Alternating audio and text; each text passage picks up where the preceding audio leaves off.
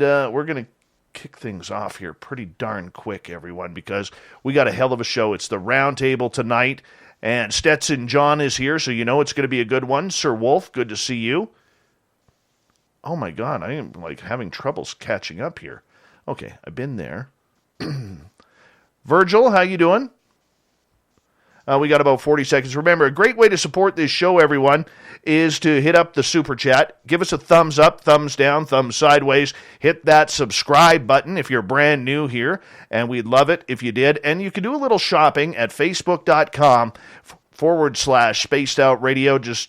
Oh, that's the show. Damn it, that's a show page. You could click that and like that, but do shopping at facebook.com/the SOR Vault. You could get some good swag and a nice piece of autographed coaxial cable, everyone, courtesy of Cable Guy Matt. Remember, you cannot buy these in stores.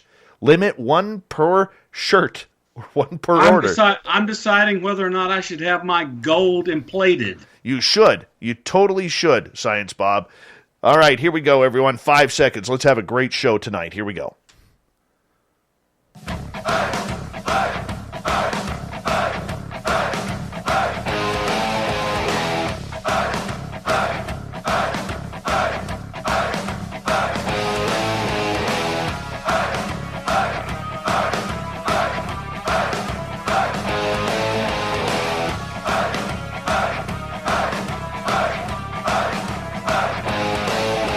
From the mountains of central British Columbia to you listening around the world, this, my friends, is Spaced Out Radio. I am your host, Dave Scott, sitting in the captain's chair of SOR headquarters. We welcome you to tonight's show on our terrestrial affiliates around North America, digitally on TalkStream Live, Revolution Radio, and KPNL. If you want to take a listen to our archives, they are free for you at youtube.com/Spaced Out Radio. Just do Old Davey the favor. Hit that subscribe button. You can follow us on Twitter at Spaced Out Radio and on Instagram at Spaced Out Radio Show. Our website is spacedoutradio.com, where we have a plethora of features for you, including rocking out to Bumblefoot and reading up on Captain Shirk's SOR Newswire. Tonight's show is brought to you by Chive Charities. Help make the world 10% happier by visiting Chive Charities today. You can find them on our website. At the end of each month, I kind of sit back, relax. I invite a few friends in and bring in a panel of people from around the alternative world to discuss the month that was in the SOR Roundtable. Actually, it's 2 months since we didn't do a roundtable last month due to the end of 2020 and the way the holidays landed. But that's okay. We're back. Tonight we are joined from Goof On. We got Richie G. Well, little Richie G, we call him around here. Science Bob McGwier. You know, to add to the beautiful looks, because this is just not an attractive crowd, we have Lynn Wellington, our resident witch, and from a great podcast called UFO Garage, we have Joe and Ben, and I got to tell you, Joe has some of the nicest hair and beard you have ever seen on a man, really. I mean, he's got to be using some serious mane and tail. We'll get into that later on tonight. Everyone, welcome to the SOR Roundtable. We're going to kick things off right off the bat here, and we're going to start because we didn't do a roundtable last month, but Science Bob, I'm going to kick things off with you right off the bat here, all right? The breakup of the To the Stars Academy. Luis Elizondo, gone. Chris Mellon, gone. Steve Justice, going back to Lockheed Skunk Works, gone from the TTSA. What has this done to the field of ufology, in your opinion? Not much, since those guys didn't participate with the field of ufology much while they were in TTSA. So I think that Lou has increased his participation with the field of ufology by going out with Cahill and Jeremy and others. My belief is they're taking Skyhub equipment out and trying to catch something live. I don't know that for a fact. No one's told me that, but it sounds right. And so I just think that that's interesting. And Lou's like everywhere. He's on all sorts of podcasts and interacting and telling stuff. Chris Mellon's his usual quiet self, and Steve Justice, what have we seen him, 15 seconds in a few years? So I think his rightful place is back with Lockheed, where he's happy. Well, the big thing is, okay, and I heard John Greenwald on the Black Vault podcast talking to Lou Elizondo, and one of the things that Lou had stated to John was that there was a lot of issues between really going into ufology, Bob, and forgetting about the people that helped get you here, forgetting about the cause, forgetting about what that was all about. And Lou seemed disappointed by that. And to me, it seemed a little genuine, to be honest.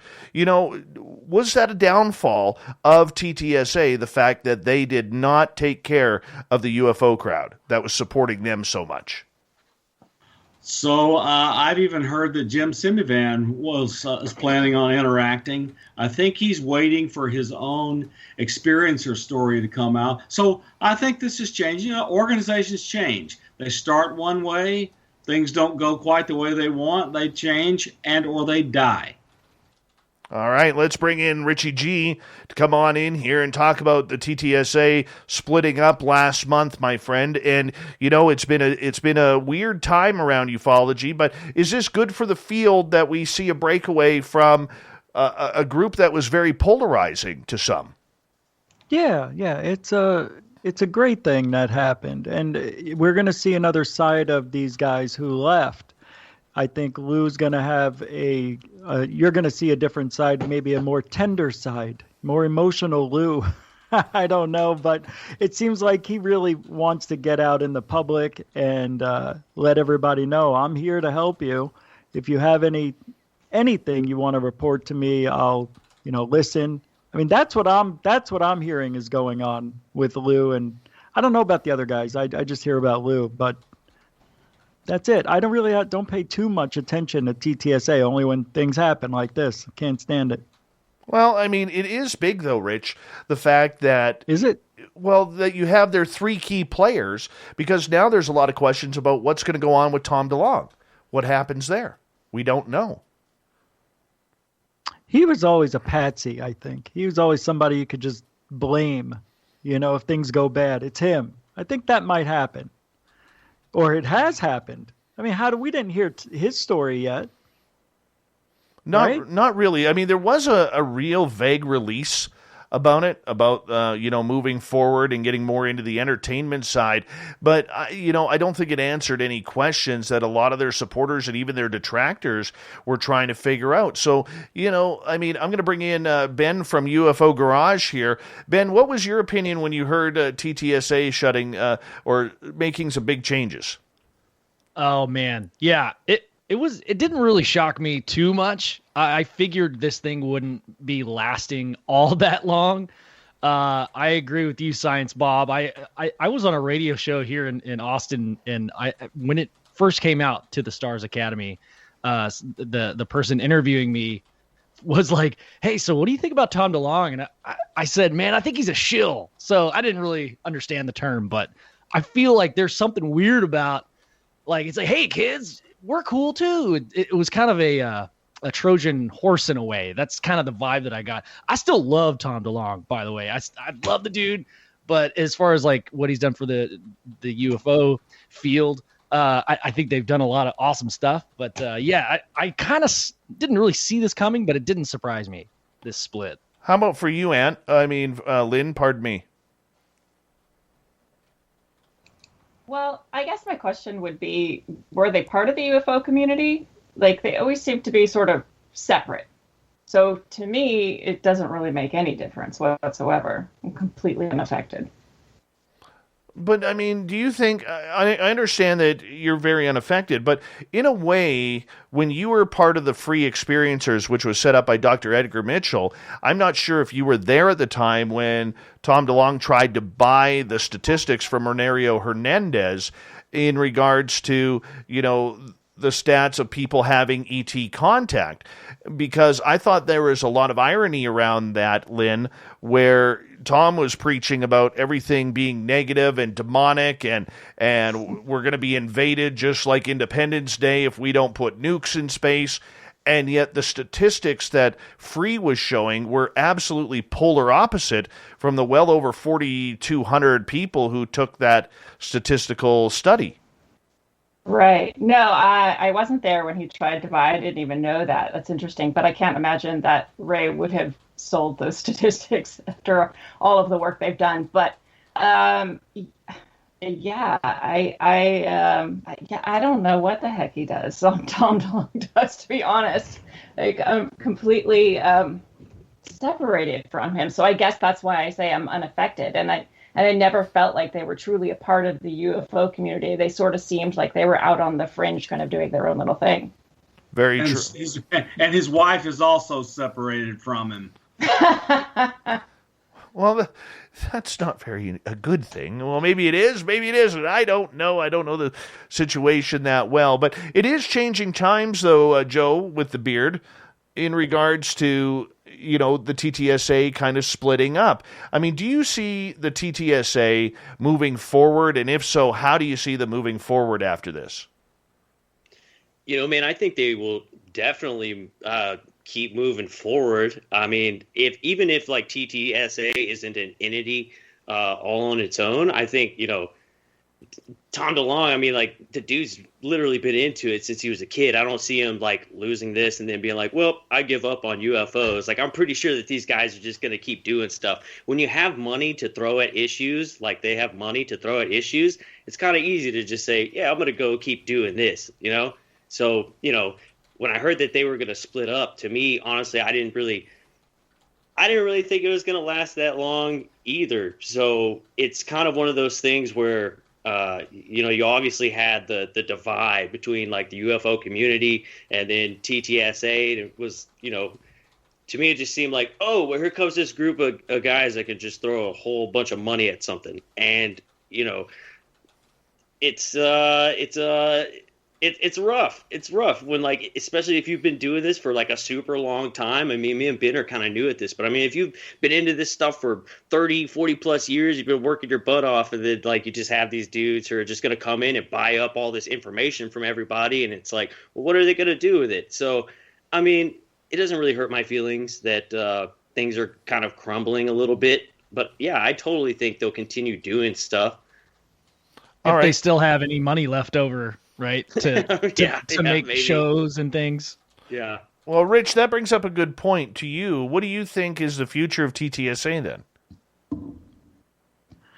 Rebuilding, and Tom will still be there, but they're going to be more, I think, in the entertainment part. You're going to hear more of I heard Tom was going to be making a movie about his childhood, some B movie about him and his friends going around town finding interesting things to do, including UFOs, sightings, and things like that. And also the same thing we've been getting from them, a little bit of something that means nothing. Well, we'll see where it goes. Science Bob. My opinion. Science Bob, I want to ask you in regards to the future of TTSA, all right? I mean, you know a lot of these scientists. You've worked with some of them over the years in your role throughout the alphabet agencies. How do you replace someone like Elizondo, Mellon, and Justice? I mean, you just can't get anybody to fill those shoes. Do they have the scientists in the bank that they can bring forward? Well, now look, Christopher Mellon was a high-ranking political person who took a political appointment in the Department of Defense. So he was very high-level politically, and he just happened to be interested in dealing with all these things that military people are reporting. So he was doing his job as he could. Steve Justice, and there are a lot of powerful political people, but there are not as many as connected as Mellon is all over the IC. He was Senator Warner's staffer on the Senate Select Committee on Intelligence, so it's just he's very well connected. Steve Justice, he is as rare as they get.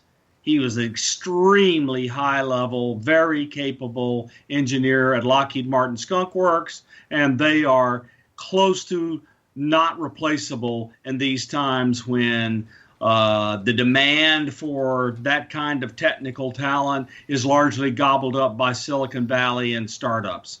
And Lou Elizondo, there are other people in the government like Lou Elizondo, and I'm sure there are one or two that are as experienced in operations, et cetera. And I never quite understood why counterintelligence was kind of the thing that said, I just think he had a personal interest in the subject, and he had connections all over the intelligence community and DOD, and used them to get something done while he was attached to the office he was attached to. He is one of the most interesting of them. He's out there, but I think he could be replaced, possibly, except for his level of interest and level of experience. The other two, they are hard to replace. All right, so who do you replace him with? Anybody jump in on this? Who do you replace him with, and do we know those people as of right now? Ben and Joe. Yeah, I have no idea. Like, it seems like the roster was just packed full of seemingly hand-picked people that were kind of in the military, been in the military, have a lot of experience, and it just really seemed like an A-plus team that they put together. It almost seems a little forced. I don't know what that means, but it feels forced, and it always felt a little weird. Like, man, all these people are really smart, and they've done a lot of stuff. Like Hal Puthoff. Yeah, the guy, who knows? Maybe he knows how to create anti-gravity machines and the other things that he's claiming to be researching on. But yeah, man, is he still on the team, or did he bounce as well? I can't remember. He is. Yeah. I don't know. He did move on. Okay. Oh, yeah. Yeah. I think he's still an advisor, but he's not active. Right. Yeah, I feel like whoever is going to, I don't know if it's even going to be these people going to be replaced. It might just be, hey, who can film? Like, what production studio can step in and be a part of the team? I don't know. The representatives, though, I have no idea. It's going to be that way. It's going to be the same thing. Like, did we know Lou Elizondo before he came on the TTSA? I don't remember hearing his name in ufology. So I think they'll get, if they are to replace him, people we've never heard of. But, they'll put them up on a pedestal and say, these guys are good for the job. Here's their history. Check them out. But That's what we did before. But how many would actually, knowing the track record, knowing how small that community is, Rich, how many scientists would want to all of a sudden say, hey, I'll get involved? Because the first thing, if I was applying for the job and I knew these guys, first thing I would do is I would be looking into this and saying, okay, well, why did you quit? What's going on? I'd talk to Gary Nolan. I would talk to these guys who've left TTSA already and just say, tell me what's right, tell me what's wrong. And if the wrongs outweighed the rights, I wouldn't go. Because there's no money in it. Yeah. Yeah. True. I feel like there's got to be a reason why they're not wanting to be affiliated with this thing. Not only, I feel like if you're just being on the board or a member of some kind of organization, you just kind of sit back and don't really worry about it. But it seems like there's something there. Like, why would they all of a sudden? There's got to be something going on. Maybe something in the future. They're limited on what they can work with because they did not work with the public at all. So if you're just going to stay with the government stuff, there's only so many they're going to show us. They can go in the archives and tell stories through, forever. If that's what they want to do and put it on unidentified, they can do that again. I just don't see them really doing much more than what they've been doing, even if they get 3 more people to come in. It's going to be the same results we've had. Not much. Lynn, yes, they get. Sorry, Rich. Please continue. Please continue. No, please. I was just going to say they did get ufology more in the mainstream media. So that I applaud them for. But other than that, I'm not really a fan. Lynn, what's your thoughts? How do they bounce back with this? How do they bring it forward? I don't know. Okay, so I have no idea about how they bring it forward, but when I sit back and think about the team, and I thought this from the beginning when we first kind of were introduced to all of these cast of characters, and I use that term purposely, it seemed like it was a little too perfect. I don't know if I'm the only one that kind of got that vibe. It all seemed a little forced and perfect. So maybe that's just the, conspiratorial side of me coming out going, I don't know if I really buy this. So how do you replace a team like that?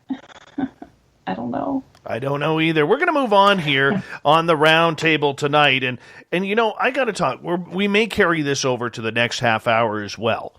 All right. But recently, I've had a few people complaining about our woo here on Spaced Out Radio. What? Yes. It's all connected, don't you know? People complaining about the woo here on Spaced Out Radio. I never thought it was all of it. Well, apparently, I don't take my job seriously as a journalist.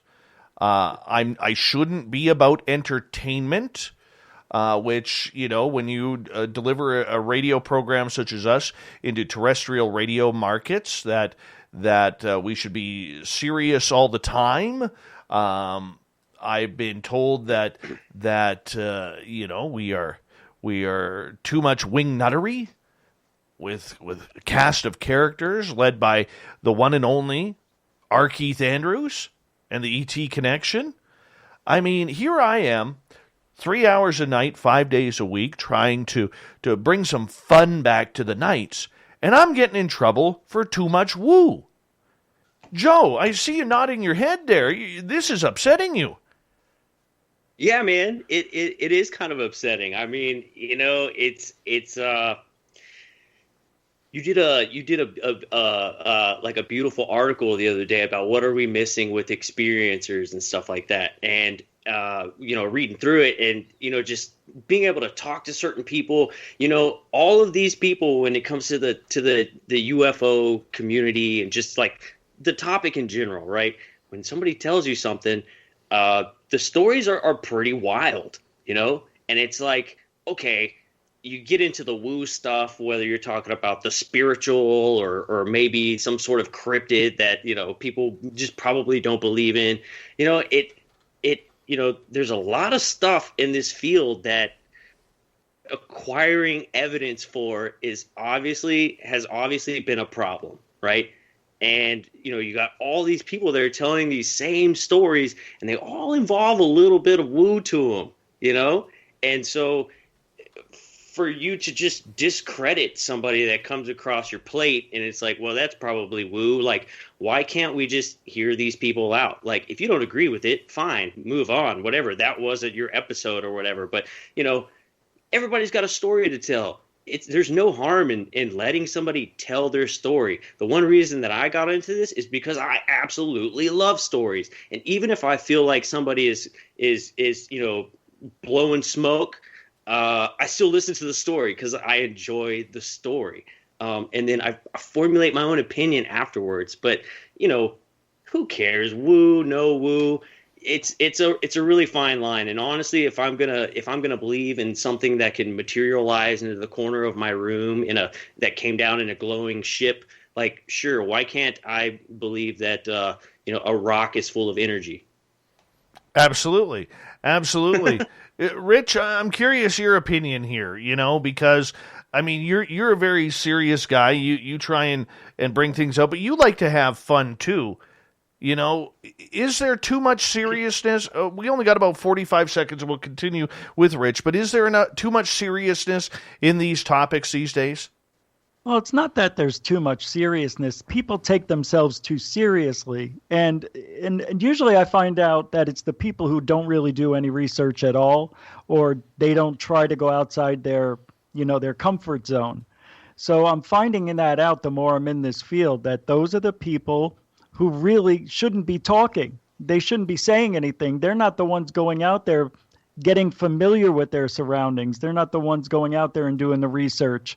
They're not the ones going out there creating, paranormal stuff. You can do that. The more you're in it, the more you're going to see it. And these people just don't go out enough. And that's the problem. That's the problem with them.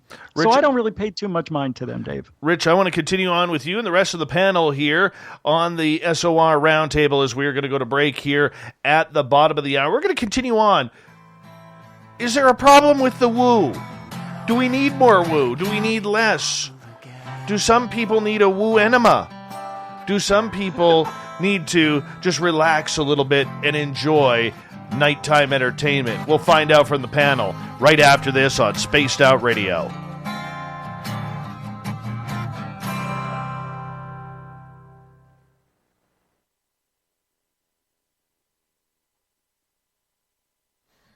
All right, we're clear. I got your woo enema. Oh, well. God. Hence the anal probes. Just ask Carl. Yeah. no. Hey, where is Carl? Has he been around, Dave? No, Carl's still way far out there, man. Carl is still way far out there. Too much woo for him, too. Probably. Probably. Hey, Guy. Science Bob is wearing his Woo Train shirt tonight. Check that out. Yes, I am. And he's on the Woo Train. That's amazing. Oh my God. Yeah, it's crazy. I don't know. Man, the woo thing. Yeah, we've gotten some hate on YouTube for. Well, for save that. specific Save things. that. Save that. Okay. Yeah, because I want to save that for the radio side of everything. You know. Okay, cool. But no, man, I don't know what it is, man, but I just bite my lip sometimes. It's funny because it's private conversations that the audience on YouTube doesn't get to hear. Like when I'm on the phone with Science Bob, or I'm on the phone with Nicole Sackich or Rich Giordano, and I'm like, you know, and Rich will always give me shit. He'll be like, well, why haven't you mentioned any of this on the air? You should just talk about it on the air. And I'm like, I can't. You know, I just can't. I gotta just shut up and take it. Is it the reason you can't talk about it? Is it like just the curse words that would be involved, or what? Yeah. Tell me what you want to say, Dave. I'll say I it. want to know, Dave. I'll say it right now. Joe will say it for you. This is where Lynn just rolls her eyes and shut up, Dave. Just shut up. No, I was just thinking, just tell me. I'm the witch, so I'm the craziest of the crazy group. I'll put it out there. I don't mind. Yeah, but you know what? I wish Lynn would actually put her hair on camera because she just dyed her hair like unicorn colors. It looks really good. What? Yeah, it looks really good. We gotta see that. Oh my God. I don't know. It's frightening right now. I'm frightening right now, guys. the way I look at it, I mean, who am I? I'm just a cook. I'm not a researcher or anything like that. I'm just a cook, right? So who am I? Oh, I agree. all right.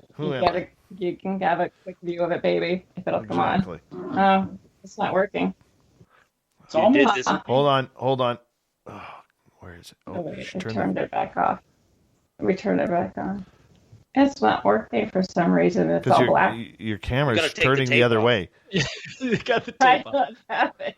There is no tape. Are you on your phone? No, I'm on my computer. Well, your know. computer hates That looks you. like- then.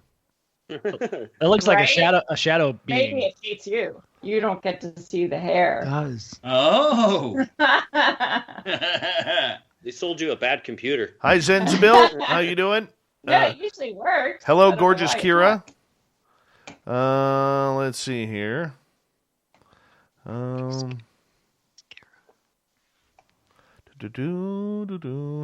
We woo every day like Ric Flair at UFO Garage at Spaced Out Radio. Joseph D. Pena will persevere. Yes. Yes. It's funny, me and Joe were just passing along gifts of Ric Flair just before we. Hold on 1 second here, because Gary the Dutchman has entered the chat room, which means it's time to show off on my Mighty Moose beard oil. Go to mightymoosebeard.com. Gary the Dutch will help you on out. Science Bob can't anymore because he decided to shave. But all you do is you just grab a little squirt here like so.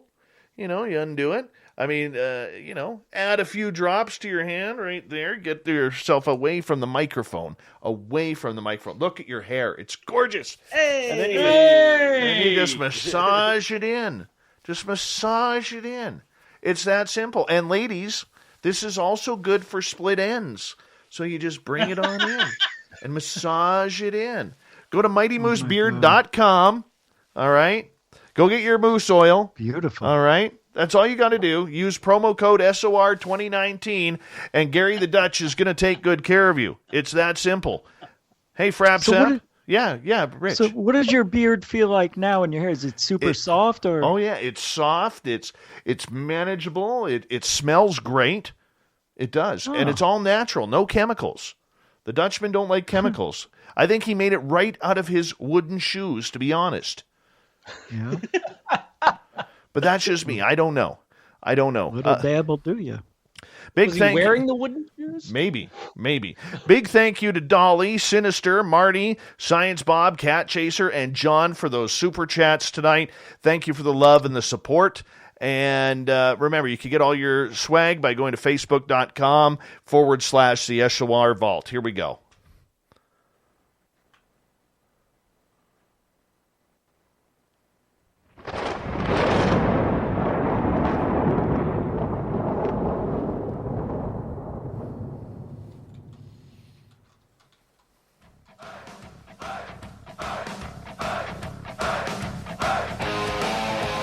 Second half hour of Spaced Out Radio is underway. My name is Dave Scott. Thank you so much for taking the time to join us.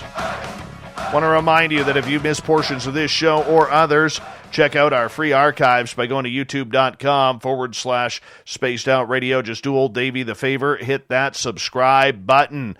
Follow us on Twitter at Spaced Out Radio and on Instagram at Spaced Out Radio Show. Our website, spacedoutradio.com, where we have a plethora of features for you, including rocking out to Bumblefoot and reading up on Captain Shirk's SOR Newswire.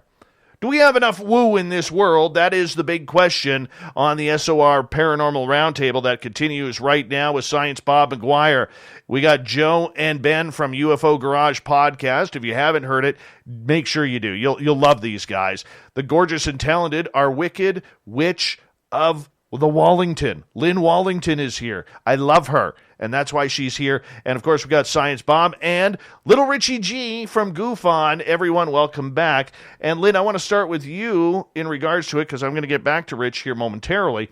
But, you know, how do we mix the woo with the seriousness? Because there's a lot of people, Lynn, who are taking these topics very seriously because they want answers. They're tired of the BS.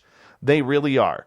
But we have to be able to enjoy these topics because not everybody gets to play with them. You know, this isn't everybody's toy, Lynn. Right. That's true. I mean, if you think about it, there's only so much seriousness we can attribute towards the subject because a lot of the what we call evidence is anecdotal. There's not a lot of scientific proof that we have for any of this. So it's going to inherently be full of woo. So if they don't like it, oh well. Would you consider yourself a woo meister? I'd say I'm moderately wooey. I don't know. I like a mix of both the science and the woo. All right, but you know, you've been doing this a long time, and you are in a bunch of different fields. I mean, you can go paranormal, you could go religious, you could go Wiccan, you could go UFOs. You're very diverse that way. So my question to you is, you know, out of all the stories and everything that you've heard regarding, you know, a lot of the claims that people make, you know, a lot of that is woo that we don't want to take seriously. So how do we blend the two? Yeah. I think you're doing a great job. You talk about both of them. That's really all you can do. And the stories are what I find the most interesting. Yeah, I absolutely love anything scientific that we have on it, that we find about it. I totally nerd out on that as well. However, the people's stories are what really make it fascinating for me. Exactly. All right, Joe, let's get to your... no, you already answered the woo question, didn't you? It's Ben's turn. Oh, yeah, I was mentioning, so our podcast, we're new. Joe and I are kind of new to the subject, being public about it, but we've always been interested in, as of late, we have really dove into the woo, like hard. I'm talking head first, 30 feet up, 50 feet up. And I used to be totally turned off by it until I really just started hearing people out, hearing their stories. And I just had these memories of past experiences with, I don't know, maybe there were shadow people, there was a ghost. I grew up in a really strange house. But yeah, the woo has really turned around for me. And I am finding so many connections that are so profound. And when you really put it, I don't have the full puzzle piece in front of me, but I'm slowly putting each piece together, and they fit really nicely in a lot of different ways. But we do get a lot of hate on YouTube, and the hate that we get is always like, man, either like, stop saying phallic jokes and stuff like that. But the other thing is like, hey, stop being so woo. Like focus on, have an interview, focus on the science and the facts. And I think, the squeakiest wheel gets the grease. And those always seem to be the same people that complain. The people that are kind of so focused, nuts and bolts. And I don't know. I don't know these people from Adam or Eve. Like, have they been in the field for 40 years and they're just like not about it? Or are they new to it and now they're like really chatty and they just want to chat you up and say yes or no and naysay stuff? Just, I don't know, but it does seem to be a specific type of person that speaks up, and it's usually in a negative way about the woo. But like, why? It's not hurting anybody. Well, the problem is, Science Bob, there's a lot of people out there who believe that the woo actually hurts this field. It hurts what we're trying to study. It hurts what we're trying to prove. There is no scientific evidence. There are people making some very outlandish statements in regards to their experiences or what they claim to know as 100% fact. So how do you balance the two? I mean, you're a guy who's in the middle. You've had your own experiences, but you've been a scientist for the last 47, 48 years and held very high and accountable positions. So I got to tell you, people have to be selective in who they listen to and interact with. And I want to remind everybody that's listening and everybody who will listen to me that there is a person who has been bedrock foundational, most impactful person in all of ufology for 50 years. Jacques Vallée wrote The Invisible College, and he wrote Passport to Magonia, and Passport to Magonia is why woo is everywhere in ufology, and vice versa. And it's just, go read it. Go listen to somebody. The guy helped build the internet. He wrote a massive database, and he is the person that convinced Allen Hynek that UFO experiences were real, and he has continued on the work that he and Hynek started. Vallée was more important than people even realize, and a lot of people think he's really important. So just there you go. Go read Passport to Magonia and think about what he's saying. Okay, but Bob, with you being highly credentialed in science and mathematics and computers and space and everything, okay, people look at you as someone who has a voice of reason to get away from these claims, whether it's Travis Walton, whether it's R. Keith Andrews, whether it's people who've seen Bigfoot disappear right in front of their very eyes, or ghosts appear out of nowhere, or screaming banshees chasing them, along the beaches of Hawaii or whatever it may be. Okay, you are someone who they go to say, waving the white flag, Bob, save us from the woo, and yet here you are saying, well, you have to accept some woo, because it's the woo that led us down this path to give us evidence to study this. No scientist worth being called such will take data and throw it away, even if it's people's experiences that don't have other data. Now, as a scientist, I might weigh video, electromagnetic sensors, accelerometers, thermometers, and all that stuff differently than someone's personal anecdote, but I won't throw that data away. Why would I throw it away? So a good scientist is both skeptical and open-minded. By that I mean they're not going to accept necessarily the explanation that other people have given, but they're not going to throw the data away. They're going to take the data away until they have enough data to make some reasonable hypothesis that they can test. Richie, I want to bring you in here for the final word of this one, because I know I could feel it. You're winding up a little bit. You're winding up. I feel it. Just release it, Rich. Just release it. Bob took it all from me. I was going to say the same exact thing. Pretty much. Damn Bob. Well, that happens. And look, the field isn't the field unless you have the woo. I believe it's the woo that gets you there, man. That's like you saying you're sitting around, you see a light. You don't know where it came from. You investigate. If it wasn't for that strange light, the woo, you wouldn't have went to go see what it was.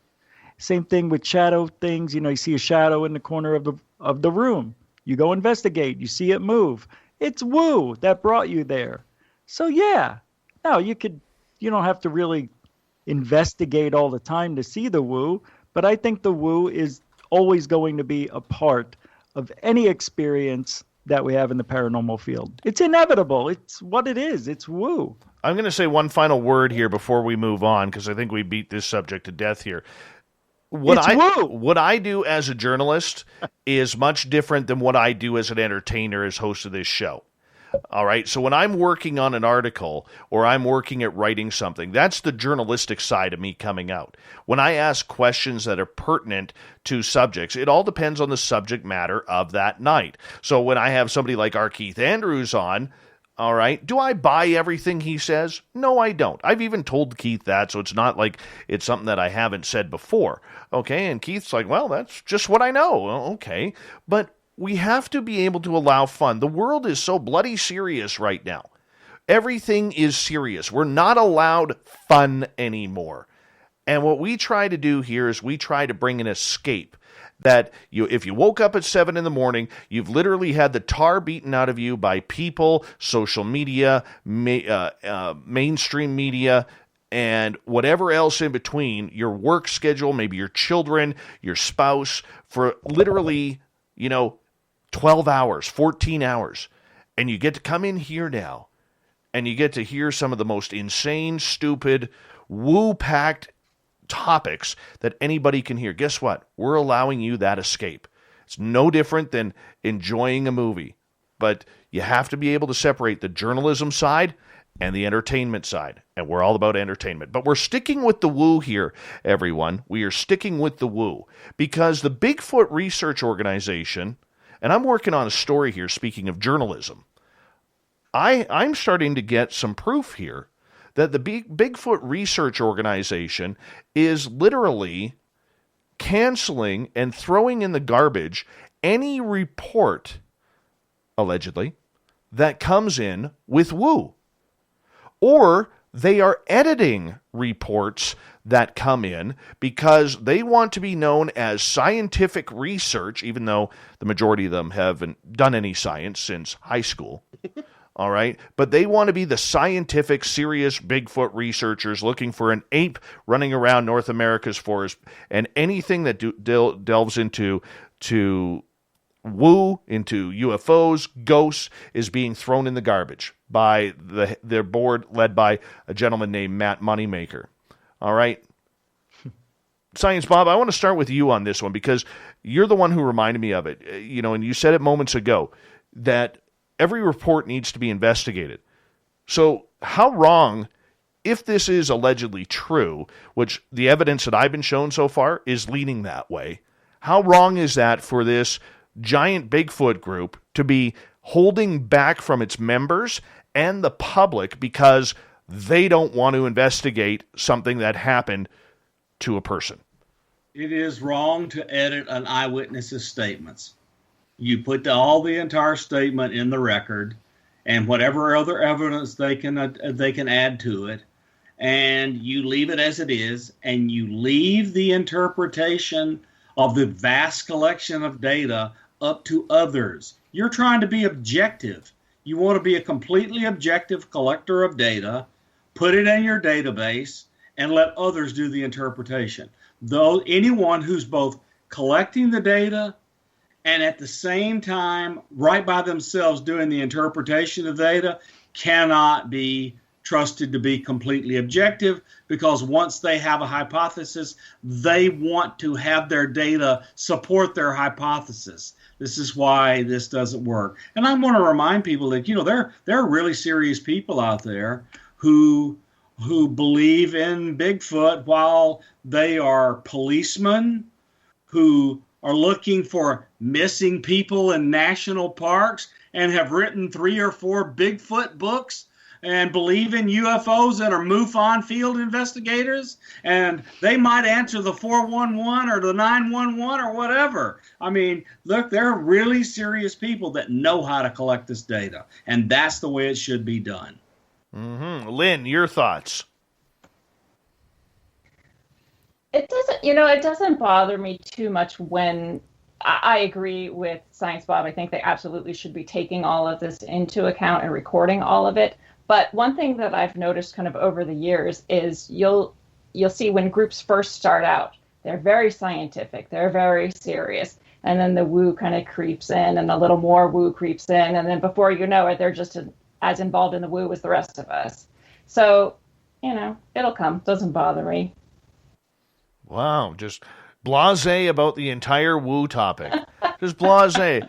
Hi, I'm Lynn. I live a life. I have unicorn hair and I'm blasé. That's her Tinder profile right now. I have unicorn hair and I'm blasé.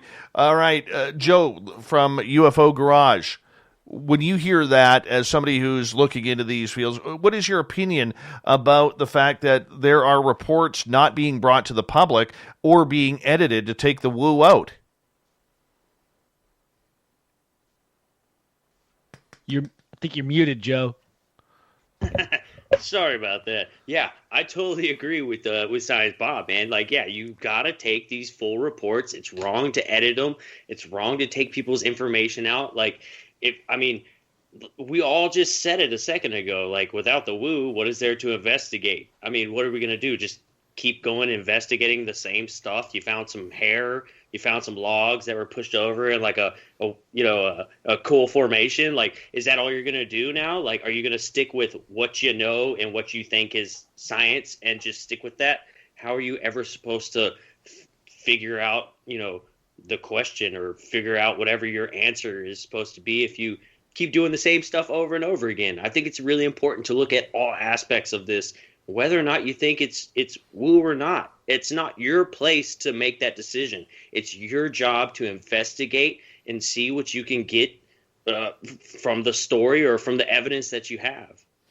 I think one of the things that makes me uncomfortable, and I was talking to a member of the BFRO yesterday who sent me some information on this, and he actually showed me a report that an email conversation that he had with a person who made the file to the BFRO. And this person who filed the report was absolutely livid that when they read the report on the BFRO website, that it was edited, that they took out the most meaningful part because they felt it was irrelevant because it brought woo to the event. All right? And this person's like, but that's the story. I'm not making this up. I wouldn't have filed it to you if I was making this up. That's what the internet's for. Put it on Facebook. But this person had a genuine concern, and they felt totally distrusted. Rich, I want to get your opinion. Yeah, well, I mean, that's very common in the field anyway. A lot of people lie. A lot of people don't tell you everything you need to know. And by him editing that, I understand it. It's wrong, but I guess I'm not in his position.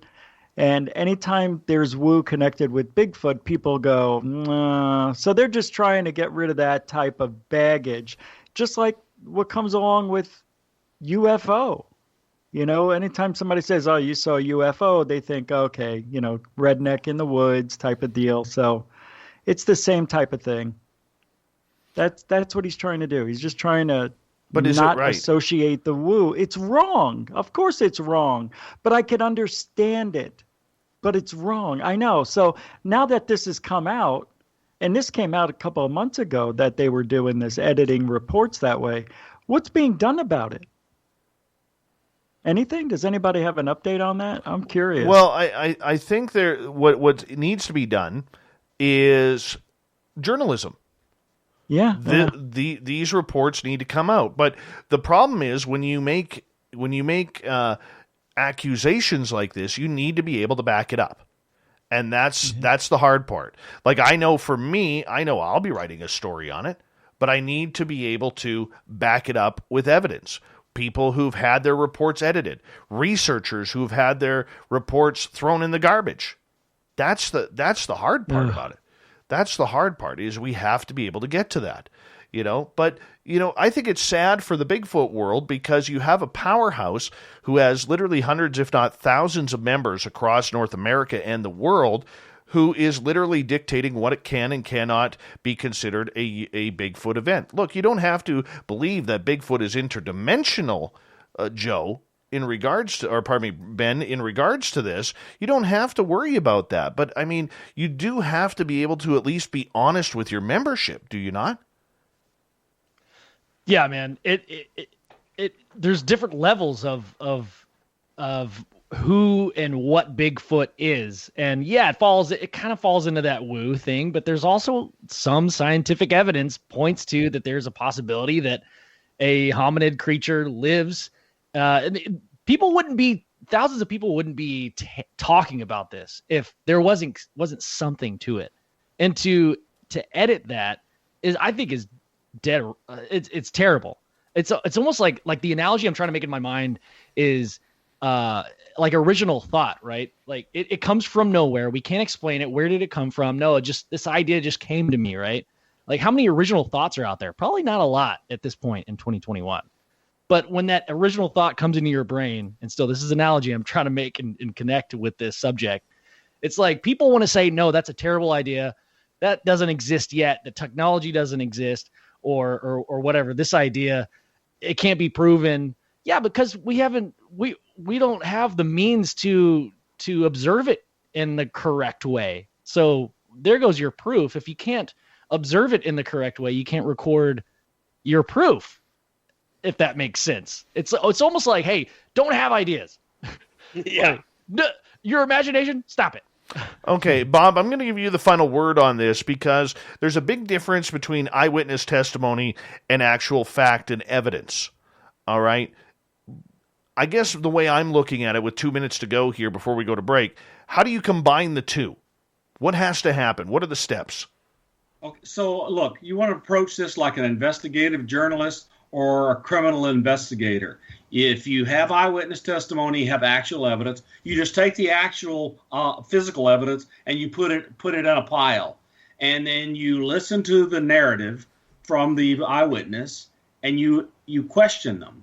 And you have them repeat the story. And then you ask questions. Then you have them repeat the story and you ask questions. And everywhere there's a contradiction, you put a big X through that part and say this part's weak. You just got to follow the kind of standard procedures to try to figure out what part of it you can rely on as a person trying to put a story together. And then whatever part of the narrative that you find you can rely on, then you relate it to the physical evidence and see how they connect. I mean, there's just only kind of a few logical ways to proceed. You're not going to take every word everybody ever says. You hope they have lots of physical evidence, but you want to tease them to repeat their story and over again until you find which parts are consistent and which parts are not.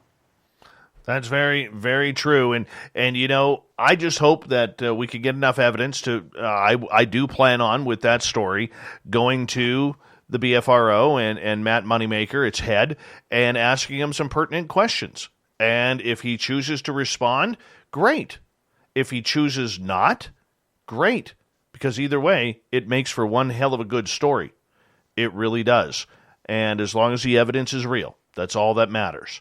That's all that matters. Gentlemen and lady, I'm going to put you guys on hold because we are going to go to break here at the top of the hour. 1 hour down, 2 hours to go on the SOR Roundtable. We do it near the end of each month where I bring in some friends. And this time, from UFO Garage, we have Joe and Ben. We have the lovely and talented Lynn Wellington, Science Bob McGwier, and one of the best voices in ufology, Little Richie G from Goof On Radio. And when we come back from the break, we're going to hit a few more topics. Paranormal lockdowns. What exactly does that mean? What's it all about? I think you're going to be shocked when I bring this up to the panel. Yeah, we're locking down locations on Spaced Out Radio. Next.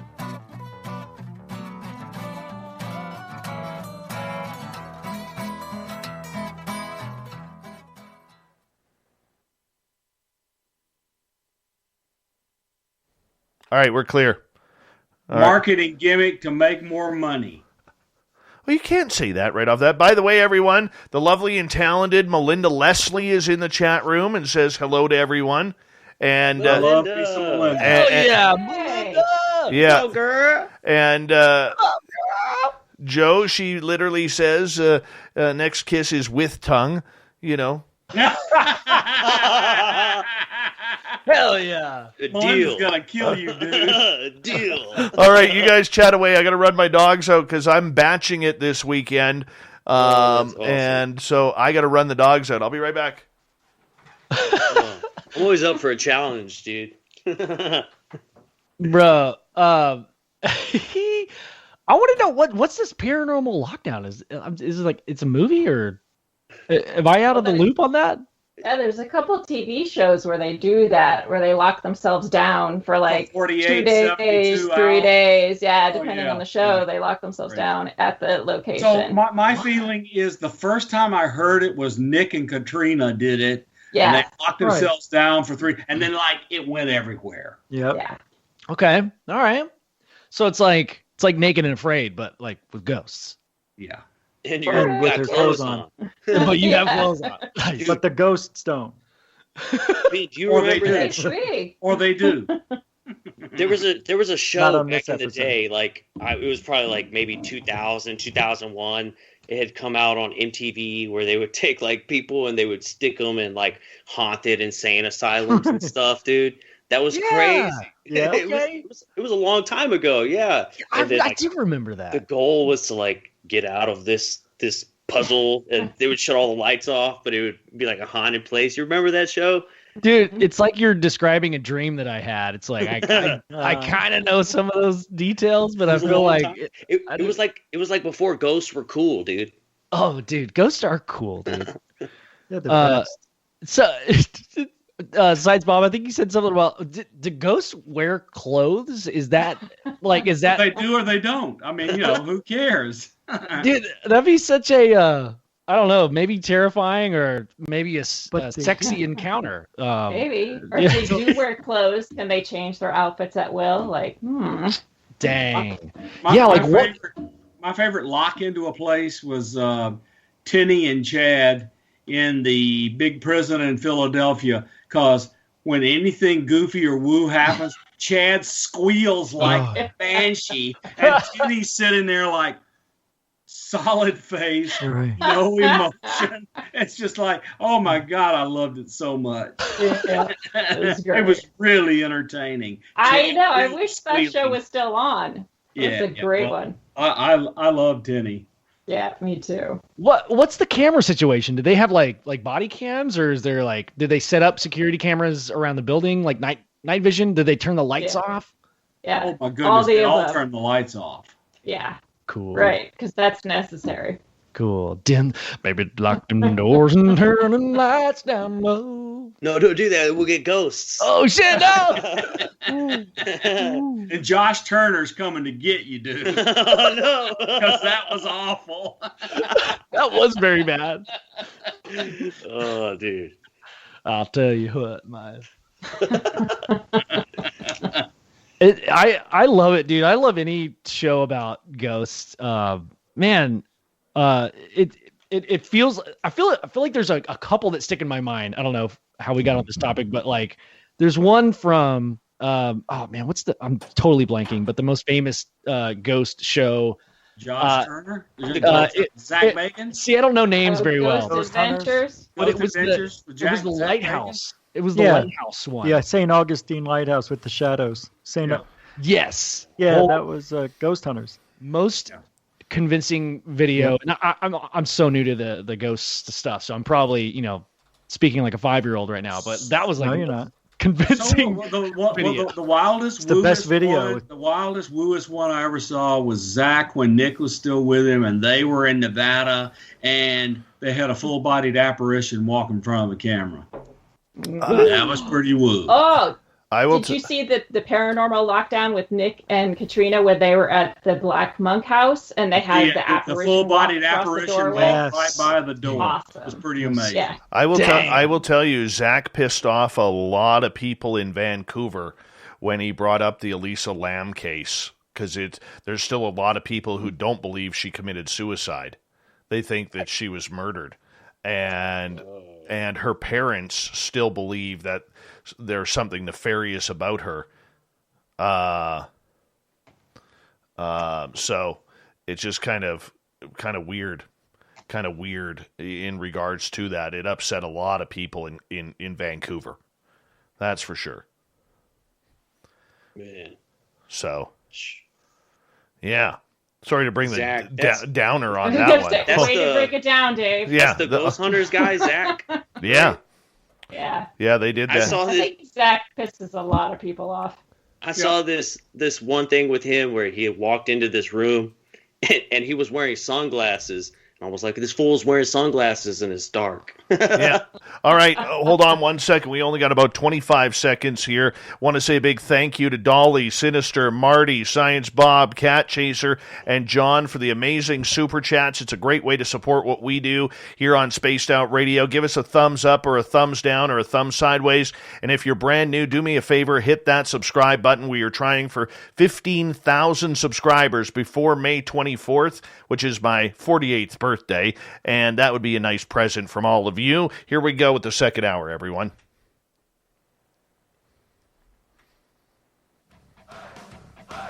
You're listening to Spaced Out Radio with Dave Scott. Follow Dave on Twitter @Spaced Out Radio and on Facebook, Spaced Out Radio Show. Second hour of Spaced Out Radio is now underway. Thank you so much for taking the time to listen to us tonight. My name is Dave Scott. Hello to everyone listening in on our terrestrial affiliates around North America and digitally on TalkStream Live, Revolution Radio, and KPNL. Remember, you can check out all of our archives for free by going to youtube.com/Spaced Out Radio. Just do old Davey the favor, hit that subscribe button. The Desert Clam has set the password for tonight in the SOR Space Travelers Club. What do you got for us, Clam? Halitus. Halitus is your password. Use it wisely, space travelers, as the Clam sets the password each and every night right here on Spaced Out Radio. Our website is spacedoutradio.com. We have a plethora of features for you, including rocking out to Bumblefoot and reading up on Captain Shirk's SOR Newswire. Follow us on Twitter @SpacedOutRadio and on Instagram @SpacedOutRadioShow. We continue on with the Roundtable tonight. We have Goof on Radio's Rich Giordano, Science Bob McGwier, Lynn Wellington, our resident witch with unicorn hair, and speaking of great hair and beard, we have Joe and we have Ben from the UFO Garage podcast. So if you haven't tuned them in before, just find them all over the streaming sites as well as YouTube. They are fantastic. Same as Rich. Make sure you sign up for Goof On as well on YouTube. Everyone, welcome back. Great to be back, Dave. Heck yeah, man. What's up, dude? Lynn, we're going to start with you on this one, okay? If you don't mind. Okay. All right. Not at all. Paranormal lockdowns. Recently, I've talked to a number of paranormal people and seen a lot of posts about people complaining about these paranormal teams and groups. Doesn't matter where they are in Canada, the United States, the UK, wherever they may be. But for some reason, they've decided to go into these locations, whether a bar or a restaurant or a museum, and made these people sign contracts stating that no other paranormal team is allowed to investigate this area except the team they've signed the contract with. Is this really necessary in the paranormal, Lynn? So they sign the contract stating they can't investigate at the same time, or just at all? At all. No, that's not necessary. That's stupid. Like, why would you limit that? If you're interested in finding evidence or experiencing the paranormal, why are you limiting it to only you and your team? We should be open to the whole paranormal community being able to investigate. That way we get more evidence as a group. Well, I would think so too. I mean, but the fact is, I mean, I don't think there's much more ego needed or necessary to show how much egotistical attitudes there are in the paranormal than trying to disallow other people from going in. Look, I have no problem with locations, Lynn, saying, look, we don't want a lot of investigators here. We don't want investigations every weekend or every single night because, A, it takes staff. You have to pay them. B, you want to make sure your facility, whether it's a restaurant or an office or a museum, isn't run over by a bunch of people. And C, you want to make sure that the people coming in are respectable and responsible.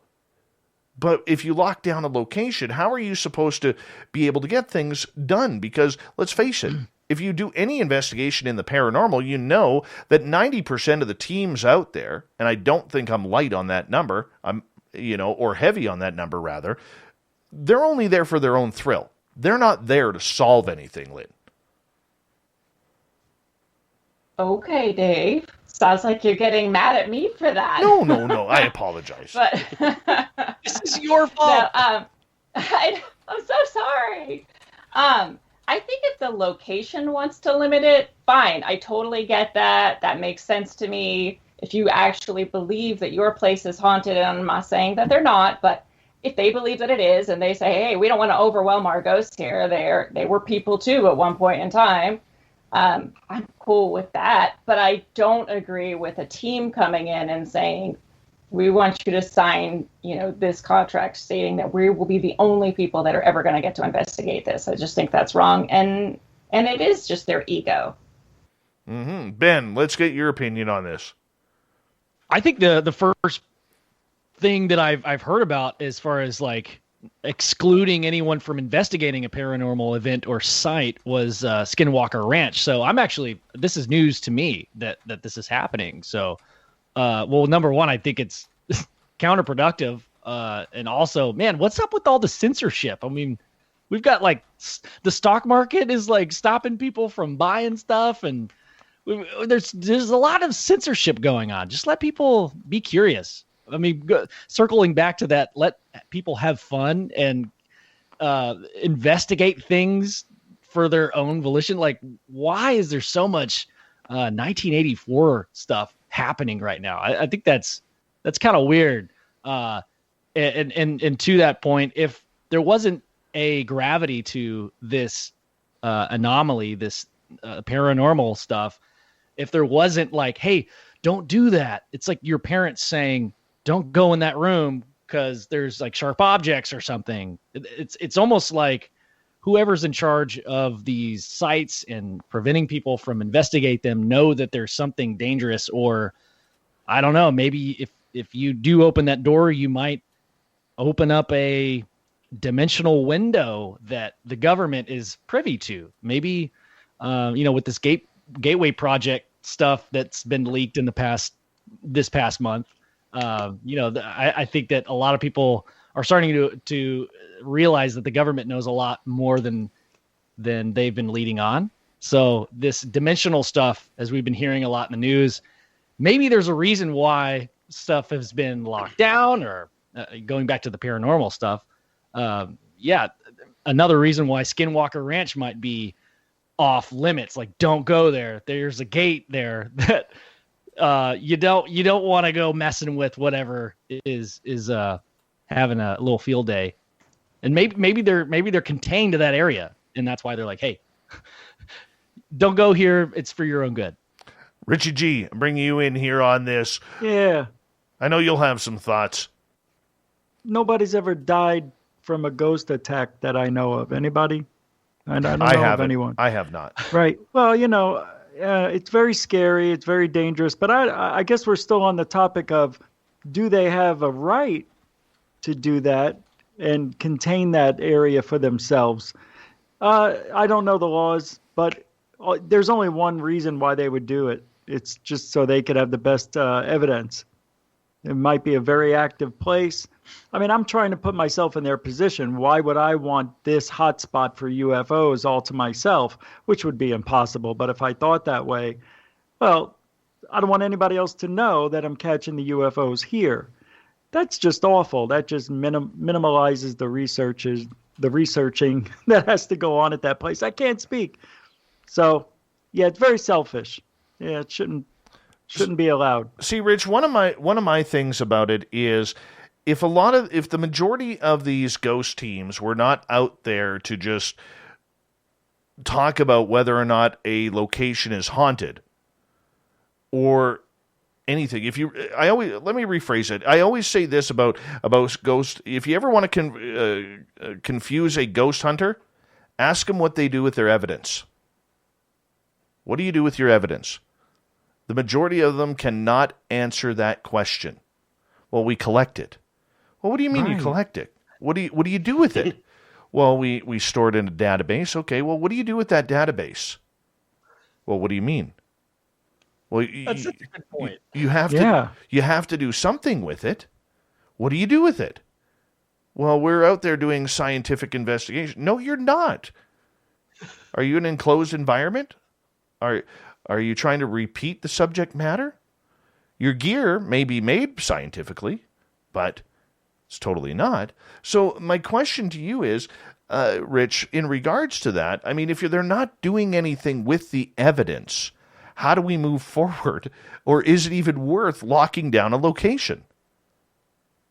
I know. I don't have an answer because you have to put yourself in their position and know what led up to that point that they have the balls, to even want to even do that to a location.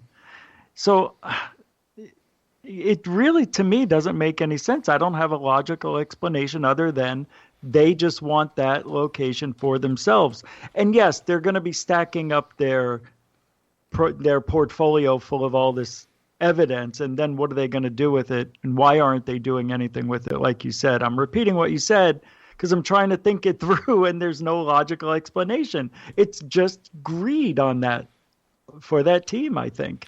Exactly. Science Bob, in his Wu Train t-shirt tonight, bought at the Facebook store that we have. I mean, I saw you rolling your eyes there just a few minutes ago in regards to this. I mean, does this, from a scientific standpoint, even make sense? No. So I mean, look, no scientist of any note or merit is going to tell another scientist you can't go where I went, since that's what science does. Right. Science puts out a hypothesis, they do a test, then others repeat it to see if they made a mistake. So no, this is just complete anathema to science. And those that lock it down, they're trying to bank money. Okay, so Bob, the other question to you would be, apparently we have all of this evidence of paranormal, of EVPs, of videos, of shadow people, and photographs, and ectoplasm, and whatever it may be. We have allegedly all of this evidence, and nobody is doing anything with it. It's sitting in hard drives, hundreds, if not thousands of hard drives, all across the world. I mean, is that just wasted evidence, or what would you, if you could get your hands on that evidence, Bob? What would you do with it? Okay, so let's suppose that I'm a scientist and I want to do research, and typically I would be at either a foundation or a university. But in both of those places, the scientist needs funding to do the research. There's no funding available to do the research unless some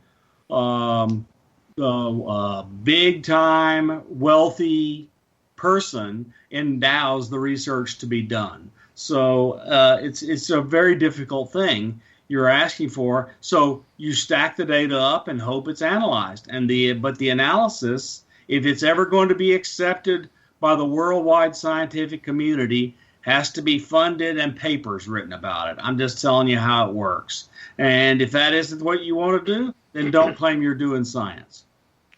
that's a kick to the teeth to about 90 out of 100 paranormal investigators right there. What I'm going to tell you, they can't be doing science if they're not doing that. Joe. Is that place... Oh, go ahead, Rich. Sorry. No, that was my fault. We do this every show. It's my fault. Well, the place that they wanted to single out and keep for themselves, what type of place is this? It could be anything. I know there are. Oh, you just. I know, for instance, in the lower mainland of British Columbia, there are two major groups that are kind of, rocking and rolling against each other, trying to lock down these locations, and basically they go to the town hall and say, look, we want to be to make sure that nobody breaks anything in your buildings. We want to sign a contract with you, so we're the only paranormal team who can get in there. It could be museums, it could be restaurants, it could be bars or office buildings or heritage houses or whatever it may be, Rich. Yeah, okay. I just thought we were talking about one location. I must have not heard it correctly. Okay, thanks. Yeah, that makes sense. And I didn't know that was going on. That's unbelievable. There's anything I never heard of that in ufology, but I could see that happening in in locations because those are isolated. You can't really cordon off the sky, So I guess that makes sense. No, I fully agree with you on that. To me, it just reeks of arrogance. It really does. Yeah. And Joe, I want to bring you in here because you haven't had a say on this one yet, but I'm curious your thoughts. Dude, I agree with you, man. It does breathe this sense of arrogance for sure. If you're gonna say, this is my spot, nobody else can come here, and you're also claiming that hey, we're trying to get do real research here. It's how do you prove what you found? If there's nobody else racking their minds on it, it seems pretty silly to me, man. I totally agree. It's very it's everybody wants to figure it out. You see that a lot in the UFO community too. Sometimes people just don't want to share because it's I want to be the one to figure it out. Well, I don't think that's gonna happen for any one person. I think we should definitely be sharing all of this information. Again, how do you figure it out if it's just you? That's really the ego talking. I just don't want somebody else to figure it out before me. All right, let's step back into the Bigfoot world here as we continue on with the roundtable tonight. Rich Giordano, Joe Strelski. We got Super Ben wearing his hat backwards. Science Bob McGwier and Lynn Wellington, our resident witch here with beautiful unicorn hair. And we're going to step right back into ufology because in the state of Oklahoma, they are putting a $25,000 bounty on Bigfoot. A $25,000 bounty on Bigfoot. All right, and you can officially get, if it passes through the budget, you can officially sign up for a Bigfoot hunting license. I don't know about you guys. I don't know about you guys, but I want to do this. I'm not even a hunter, okay? But just to say that I am carrying in my wallet a Bigfoot hunting license, that is badass. That is serious. But 25 grand. And Ben, let's start with you on this one, man. Dude, I saw this on my Facebook come up. It's a joke. Is it a joke or is it? No, it's serious. It is in. They brought it or trying to bring it into law. Yeah. So, just a story real quick. I said something to a buddy of mine hey, did you see that thing about in Oklahoma you can get a hunting license for Bigfoot? No, what are you talking about? So right there, my newsfeed is very geared towards, I guess, my personality and what I look up on the internet. But I don't know, man. I side with you, Dave. That would be really cool to have in my wallet. But also, I feel and I'm going to say, it might be a little I don't know, racist isn't the right term. But if it turns out to be this thing is for real, and there's evidence, it's oh no, I have a hunting license to kill this person that's just as smart as me, if not smarter. And like, I would feel really bad about that. And they're like, I just see it happening. Like, I'm at a dinner party 10 years from now, and Bigfoot is invited and his family. They're hanging out with my kids and they're having a good time. And I'm going to feel really awkward because I feel like that's going to be tracked in some way in the future. So although I think it's a really fun idea, I don't think I'll be applying for that tag. You know what's screwed up about this, and I was thinking about this. There are going to be some idiots out there who go rent monkey costumes to run around the forest now. There will be. There are going to potentially be fake Bigfoot killed over this because $25,000, you see somebody running around in a costume, you're going to put a bullet there. And somebody is going to be stupid enough to run through the forest claiming to the Bigfoot, trying to get that money. All right? Lynn, you're just shaking your head. Well, I guess they'll learn their lesson. Like, don't do stupid things. Like, dear. To tell you, survival of the fittest. So, I don't even know how to respond to this. Just don't bring Jack Link's barbecue flavored beef jerky. Like, watch out for those commercials being filmed. And I feel like this is just it's opening up some floodgates for some shenanigans to happen. We could say it's opening up an opportunity for some really entertaining stupidity. Yeah.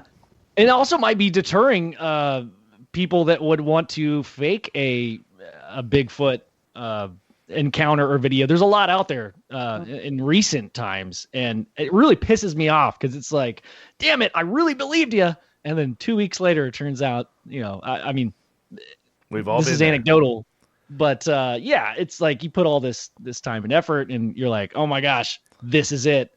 And then you look a little bit closer a couple days later with a little fresher mind, a little less wine in you. And then, it's like, oh, damn, that was a mask, man. But maybe that will stop people from doing that. I don't know. Maybe I don't think so. I don't think so, because there's always the Darwin Award winners out there that will, make things happen. But I mean, the legislation basically says that there has been a lot of Bigfoot sightings over the years in Oklahoma, and they want to try and prove the existence of the species. And one way to do that is to send people out in the forest to hunt for this and put a monetary value on bringing a body back for scientific investigation. Joe, you almost look like Sasquatch, I'll be honest with you. I've gotten that a few times, man. Honestly, I don't know how much I have to say about this. I think one of the main thing is being from Texas. I would have to say, of course, Oklahoma did that, right? And I mean, I think it's pretty entertaining. I think it's kind of cool. I think it really gets people thinking. Like, well, first of all, I guess my question would be, what season is Bigfoot season in? Right? Is it in between baseball season? Football season? I don't know. Like, it's kind of a weird thing. It'd be kind of cool. I know down here, like, you can hunt like hogs like year round. So like maybe it's the same thing for Bigfoot, and they can hunt Bigfoot year round. But dude, having a Bigfoot license is equally as cool as having like a KISS Army license, like in your wallet. It has that same like effect to it. You're like, dude, yes, I got this KISS Army license in my pocket, but I also have a Bigfoot hunting license. Or like whenever, because I did this and I always flash it all the time, but whenever I got this little license so I could marry people, and I just have it in my wallet, and I'm like, I can totally marry you because I did it on the internet. It's one of those types of licenses, man. But I think it's hilarious. And at the same time, if people are saying, yeah, you can get a license to hunt Bigfoot, I can pretty much guarantee you there's going to be a lot of licenses to go look for Bigfoot. I bet Gene Simmons has all three of those licenses. Oh, I'm sure. I am sure.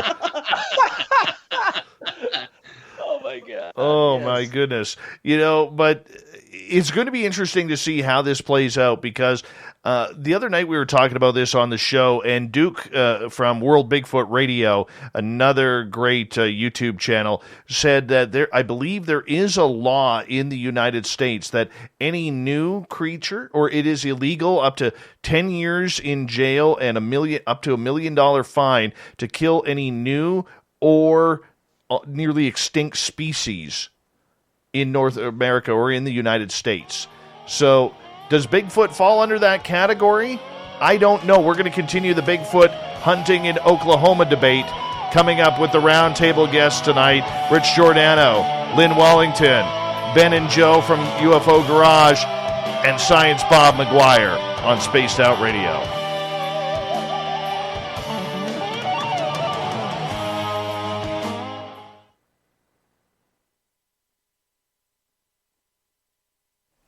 I want one of those licenses so bad, man.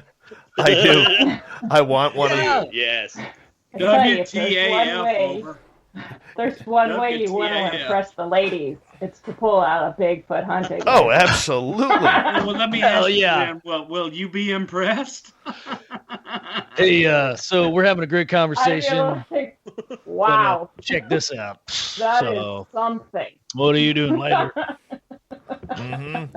I have something to add, but I feel like it's a good idea, so I'm gonna kind of sit on it for a second. But it has to do with that species thing you just mentioned, Dave. I'm writing notes so I can pick it back up, dude.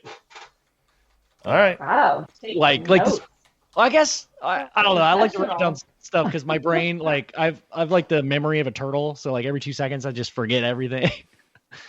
But yeah, the species thing, I'll just can we even claim that interdimensional species? Can we even? We don't know. We don't know.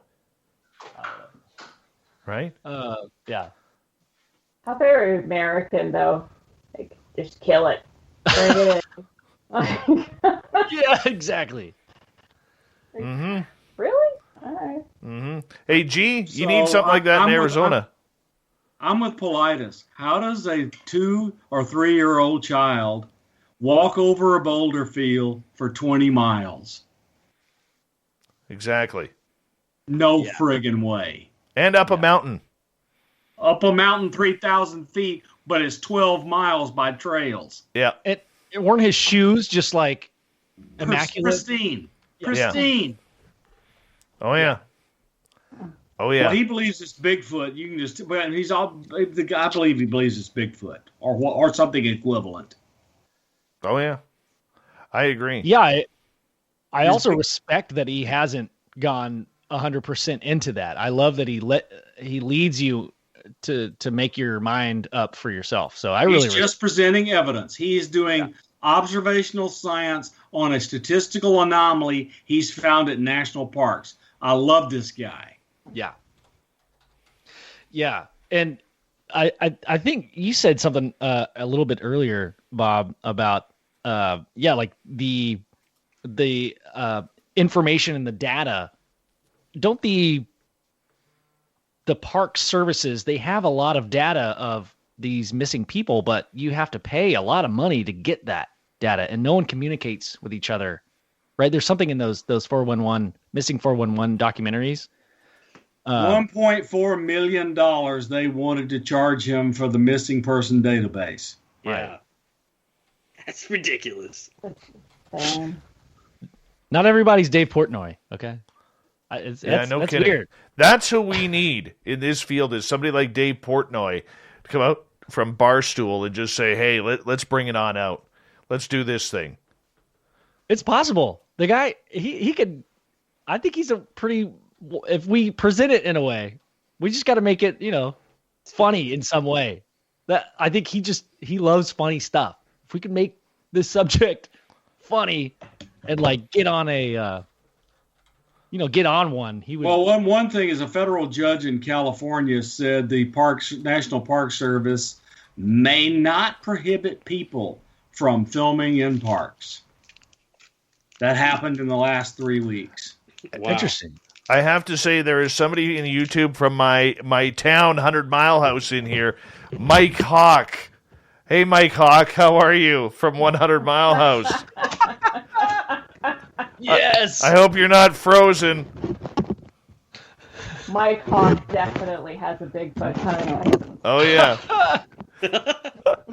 Well, actually, I seem to have a few listeners from around town here, you know. I do. I know little Marky Spender's in here somewhere. Yep. He finally bought a side-by-side so we could go riding. And we're going to bring Science Bob and the G up to come riding with us. Hey, G, are you alive? Yep. That's all we need. Yeah. That's all we need. Love me some goof on. Love me some goof on. We're ready in about 40 seconds here, everyone. And we'll continue on. Great city of 100 Mile. Yes. All right. Dave, when you oh, sorry. Yeah, go ahead. I was going to ask, like, when you talk about your city, I don't know exactly what city, but I always picture in my mind, like, you're on this mountaintop and there's just snow everywhere and there's like Bigfoot on the exterior. It just seems like a very magical place. No, it is. Literally, you described it. That's exactly what it is. It's kind of cool. All right, hold on, guys. 1 second here. We're going to go.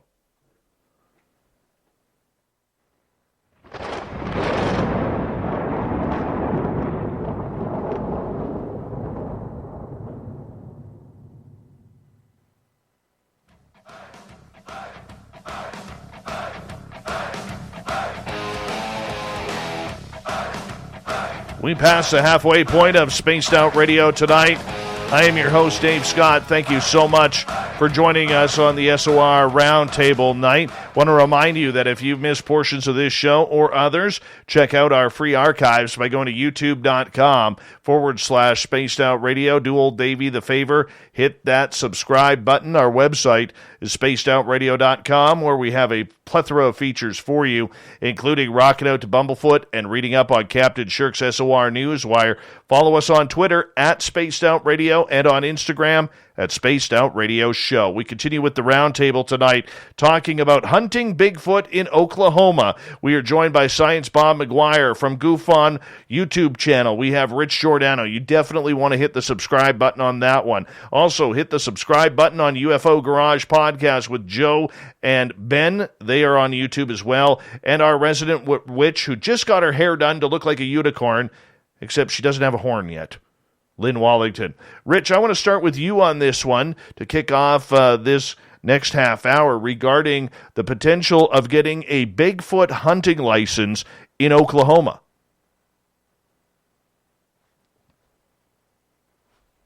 Yeah, it's a bipedal possible connection to who we are. Could be part of that. Oh, God, of course I would forget the name of him. The big ape that was before us but thought was extinct. Neanderthal? No, not that one. Gigantopithecus? Gigantopithecus, thank you. Yeah. So, I mean, that could be walking around having somewhat of intelligence and or maybe the ability to have the woo to just disappear when it senses you around. People have talked about that. It's hard to catch Bigfoot on video because he can sense it and feel it or the vibration from it, whatever recording device you have. So if you put all that together, getting people to go out there with a license to go look for something that could or could not be maybe a man in a suit, you're looking for trouble like we've been talking about. And I believe you're going to see an accident or two because of it. I think it's dangerous, and I don't think we should be shooting Bigfoot just to prove it. We didn't have to shoot gorillas when we found the new species a few years ago, and we thought we found them all. So it's bad logic. I would agree with you, Rich, on that. I think it's bad logic. I think there's going to be at least a minimum of 418 Oklahomans dead by the end of 2021 due to wearing monkey suits in the forest. You know, I mean, this is serious, but it is serious stuff. And, you know, Bob, there's nothing that scientists would love than to prove this species exists with a body. Let's be honest. You would love to be able to bring that out, and somebody will do it. Dr. Jeff Meldrum out of the University of Montana has been trying for years to get it done. He hasn't been able to get it done, but he's found some incredible evidence and some incredible patterns in almost like family atmospheres of this creature. When you look at something as silly as this law that could actually be enacted of hunting Bigfoot with a $25,000 reward, what's your opinion scientifically?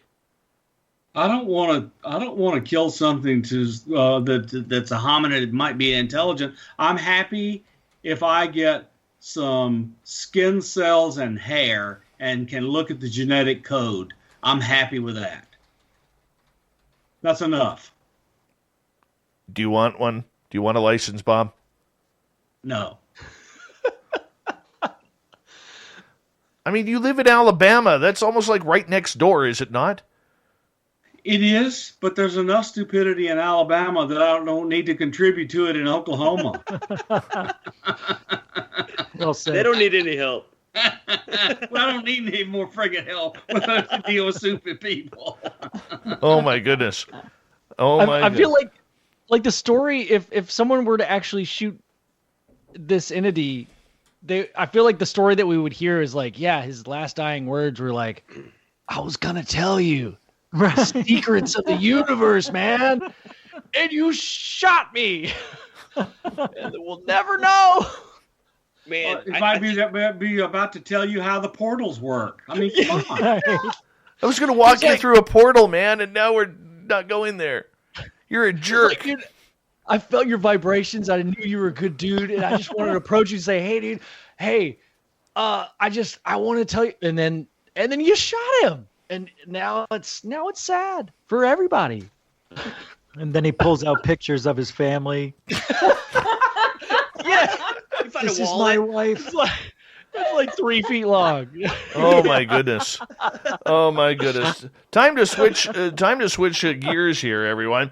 Let's get back. please. I know. Let's get back into the UFO world here for a second. Okay, as the token Canadian here on the panel tonight, and we are broadcasting all over North America on terrestrial radio, I do have to ask you guys this question. Why does it have to be the United States that we all have to look upon to bring disclosure forward so the world can finally have its angels or aliens come down with their harps and their singing and choirs going, oh, disclosure. You know, do we really, really need the United States to confirm this in order for the world to go, aliens are here? I want to start with you, G. Yes is the answer. Because we're the ones that have the most secrets. Well, I don't know that's a fact, but I think we have the best secrets. And I think the rest of the world looks to the United States to be the forefront of ufology and bringing the discovery of aliens to the Earth or wherever they come from. Yeah, people look up to America, and not only for that, but for our food. And that was stupid, I know, but. Got a lot of really great corn and cows here. Lots of corn, beef. I mean, there's a lot of cattle. Beef. But, it is scary. It's scary to think about, though. I don't know where I was going to go, Dave. What were we talking about? In regards to the USA having to be the ones who right. disclose Yeah. aliens for the world.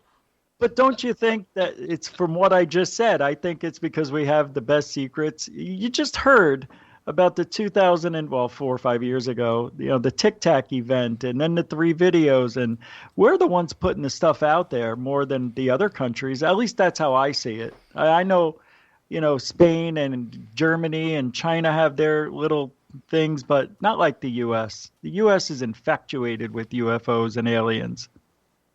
All right. Well, that makes a lot of sense. Science Bob, let's bring you in here. Did? I think it did. But then again, I'm Canadian. I understand things differently. True. Yes. I think anytime we neglect 3/4 of the Earth's population for evidence, we're being a dumbass. Yep. So we should look everywhere. Okay, but the fact is, though, the rest of the world has their eyes on you guys, because Roswell, number one, Kecksburg, Marfa Lights, Phoenix Lights, the Appalachian robot monster alien thing there. I forget what that one's called. The one that Stanton Friedman looked into. All right? The O'Hare incident. Yeah, exactly. The O'Hare incident. Jetpack guy, who I still think is Giordano. I don't know why, but I totally think that's Giordano. But nonetheless, there is all of these scenarios that have been highly publicized outside of maybe Rendlesham and a couple of other cases, the elementary school in South Africa. Okay, but it always seems to happen around the United States. And I think that's why, as the outsider to this entire panel, Bob, that's why everybody's looking at you guys saying, what are you hiding? What do you know? Because you got some really great toys that other countries can't afford. Where'd you get the technology for that?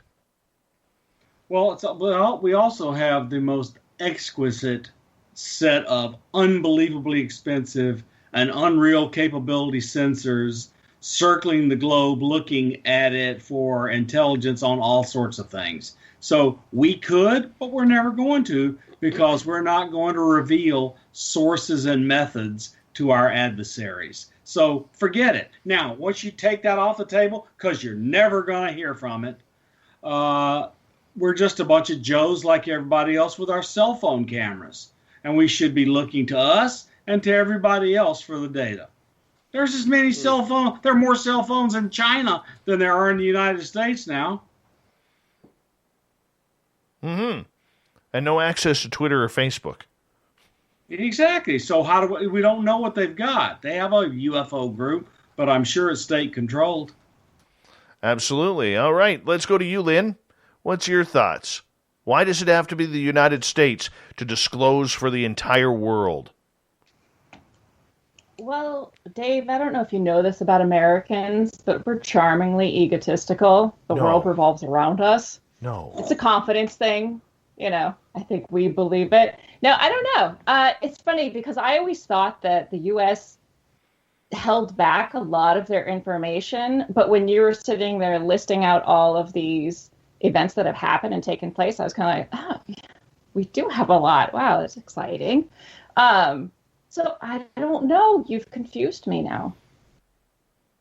I don't know. That's my answer. Sorry. Well, we'll accept that because of the unicorn hair. Okay. Joe Strelski, let's get you in here. Why does it have to be the United States? Why can't it be Luxembourg? Why can't it be Venezuela? Why can't it be New Zealand or Canada or somebody along those lines? Man, I think it could be, but would anybody listen? Anybody from America, at least, would we listen? I find it funny that, we have is America so obsessed with the topic because we've kept it the most secret? It seems like other countries kind of openly talk about it a little bit more than we do. Just because we have these amazing things that have happened here in the United States, that doesn't mean it doesn't happen everywhere else all the time. In my line of work, I work with people from Venezuela and Peru and Mexico, and, they understand kind of the stuff that I do, and, I'll show them things, and they'll be like, oh, yeah, we see that stuff all the time. Like, those people in other countries are experiencing a lot of stuff. They may not have the technology and the means to build certain things, but they have a lot more time to be looking at the sky, so they see a lot of stuff. It seems like they see a lot more stuff than we do. But for the United States, if Venezuela were to be like, yeah, aliens are real, like, what would the United States reaction be? I don't think it'd be very grand. So, in my opinion, I think it's only a big deal that the United States releases it because we've been the most secret about it. Well, if it was Venezuela, they would say those are alien socialists. yeah, it would be a whole nother bag of worms to deal with. But yeah, man, I mean, do I think it's important that the U.S. discloses? Like, yeah, I guess, but even if they did, like, literally, that's all we want to hear is yes. Aliens exist.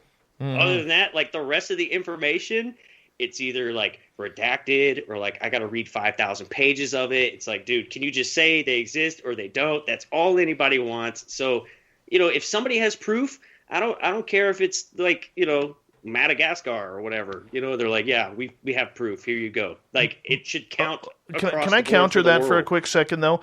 Because, Joe, go for it. There are other people out there and other countries out there who have let their files known. Japan recently came out. France has done it.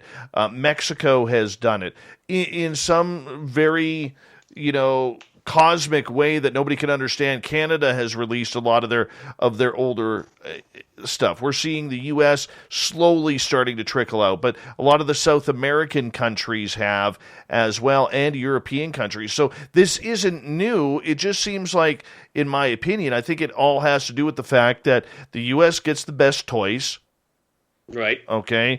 You're the gold medal standard for military-industrial complex spending. You launch beautiful rockets into space, courtesy of a Canadian who's American and South African, and you have all of this really interesting stuff going on. I mean, I think it's the secrets that are what's keeping everything, or the eyes of the world, on the United States with this. That's my opinion. Oh, I agree completely. But if like I said, if somebody else said, hey, aliens are real, and then the United States 20 years later is like, hey, guess what, guys? Aliens are real. It's like, wah, wah. Like, all right, cool. Yeah, we're late to the party. Like, good job. But you are the party, though. You are the party of the world. I mean, we are the party, but we're the party that, like, we're also the police. Everybody else has already been talking about it. And then, like, we decided, oh, we're going to talk about it. We're going to throw this really big party, and we're going to invite everybody. And they were like, guess what? We discovered aliens. And it's like, I mean, I guess, dude. Like, I mean, sure. That's what everybody's already been saying. It almost kind of makes me feel silly. Like, I don't know. American-wise, it's like, I don't know. I hear you. Ben, you get the final word on this one. Dude, I just love that because, yeah, Joe, you're right. We are, like, America is the party. We're the biggest distributor of media, of celebrities, of movies and TVs. Like, we make really good stuff, but we're also, like, kind of like world police. So we're also this other standard. It's a weird mixture where I feel that's the main reason why everybody's waiting. Oh, what's America going to say? Because, whatever they say is probably going to influence. I'm not saying it's going to, say this is what it is, but whatever the America says ends up being a really big deal. Either way. So yeah, it's media, and it's also, we have this influence worldwide that, hey, we've got some really cool guns and some really a lot of friends. So if they say, hey, go over to this place and do our bidding, we're going to do that. And it's going to be really easy. It's like a video game. Yeah, whatever. So yeah, that's why it matters. I think that's why everybody's waiting for us to say anything about it. I think you're just excited to talk. I'm always excited to talk. We love it. Oh, yes. So I should tell you my first meeting with these guys, partying with Joe and Ben in San Francisco at UFO Con last year. It's like 11 o'clock at night, and we're all hanging around. Science Bob is there. We're all having a drink, and they bring in the biggest bottle of wine I have ever seen. Okay, this thing is at least 25 gallons, all right, between the two of them, and they wouldn't even share. They would not even share. No, I'm teasing on that. I'm teasing on that. You did offer. You did offer.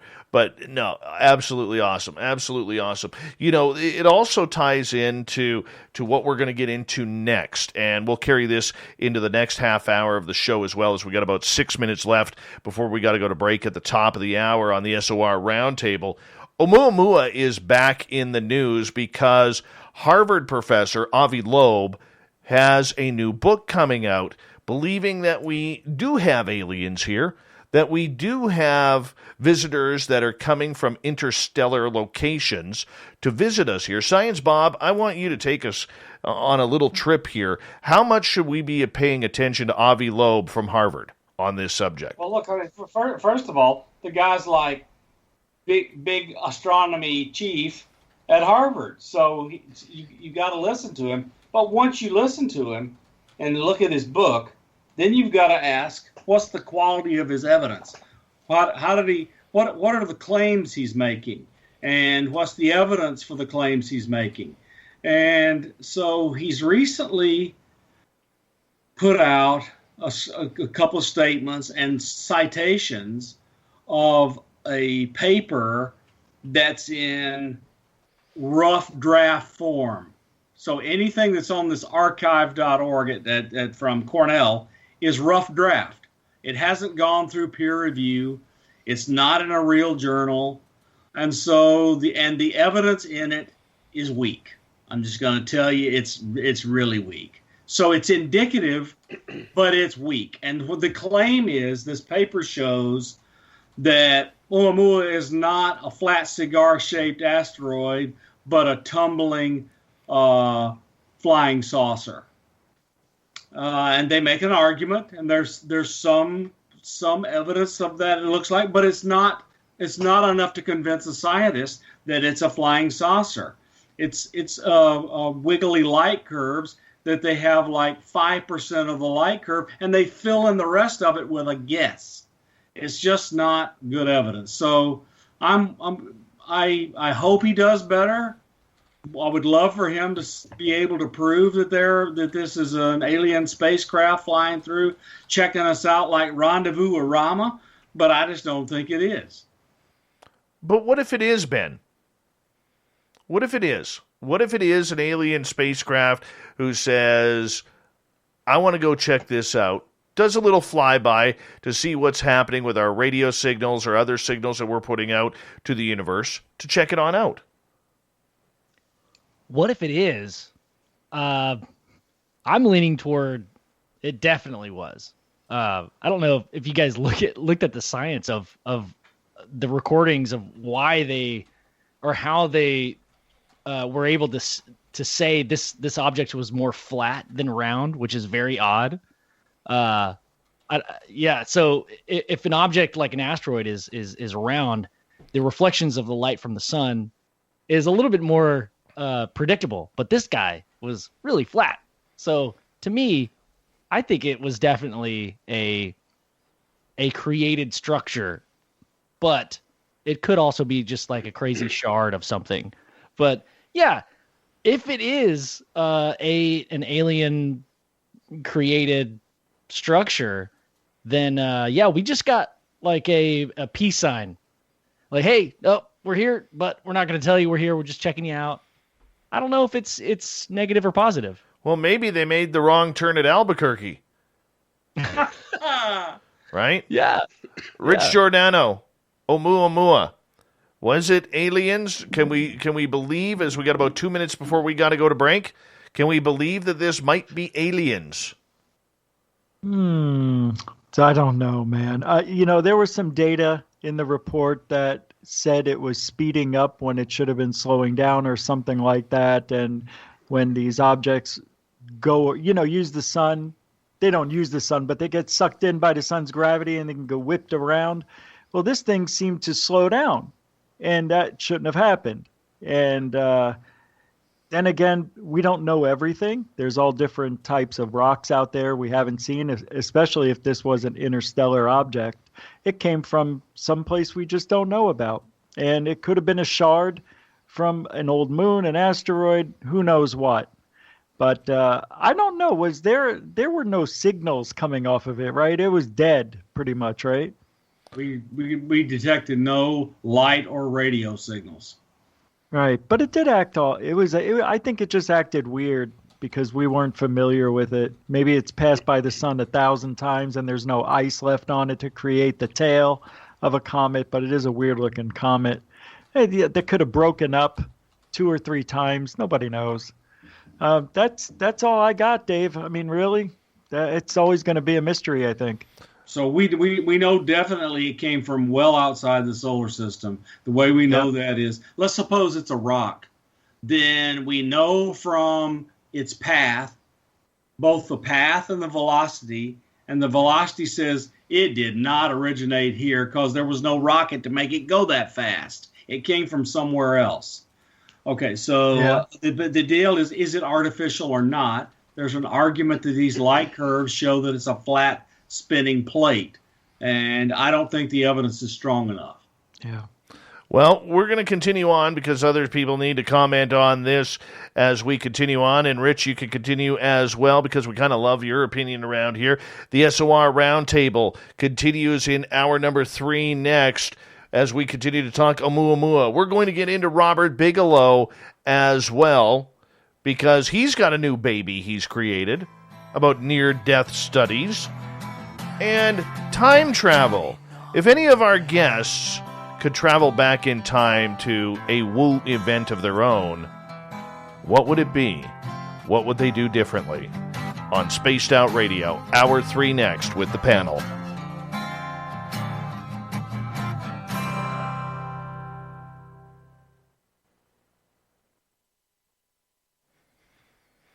All right, we're clear. I'm so excited because Mary Bone is in our chat room. She's a vegetarian, Mary Bone, Mary Bone, Mary Bone. Yes. All right, YouTube is on. You guys chat away. I'm going to run my dogs out. I'll be right back. Hey, Drake, how you doing, man? Good to see you. Chat away. Chat away, chat away, chat away. Chat away, chat away. Ben loves his Orinoco flowing. Anyways. I want to know what drugs he's doing. Yeah, right. Got some good ones tonight. Oh, my goodness gracious. I tell you what, Bob, though, it's making my night seeing you kick back in your robot room. It's awesome. Yeah, so, let me show you my alien computer. Yes. Okay, let me see. Let me find my mouse cursor. Okay, so. See my alien colored computer? Mm-hmm. Yeah, that thing is a marvel. Wow, yeah, that's awesome. It's a artificial intelligence machine learning supercomputer, and I'm having so much of a blast with it. Wow, Did that's you incredible. name it Bob? I built it from parts. He named it Rich. Might have. Oh, I'm not very imaginative. I gave it my amateur radio call sign and ML for machine learning. That's not very imaginative. Well, but basically that's so I can remember it. Yeah. Nothing wrong with that.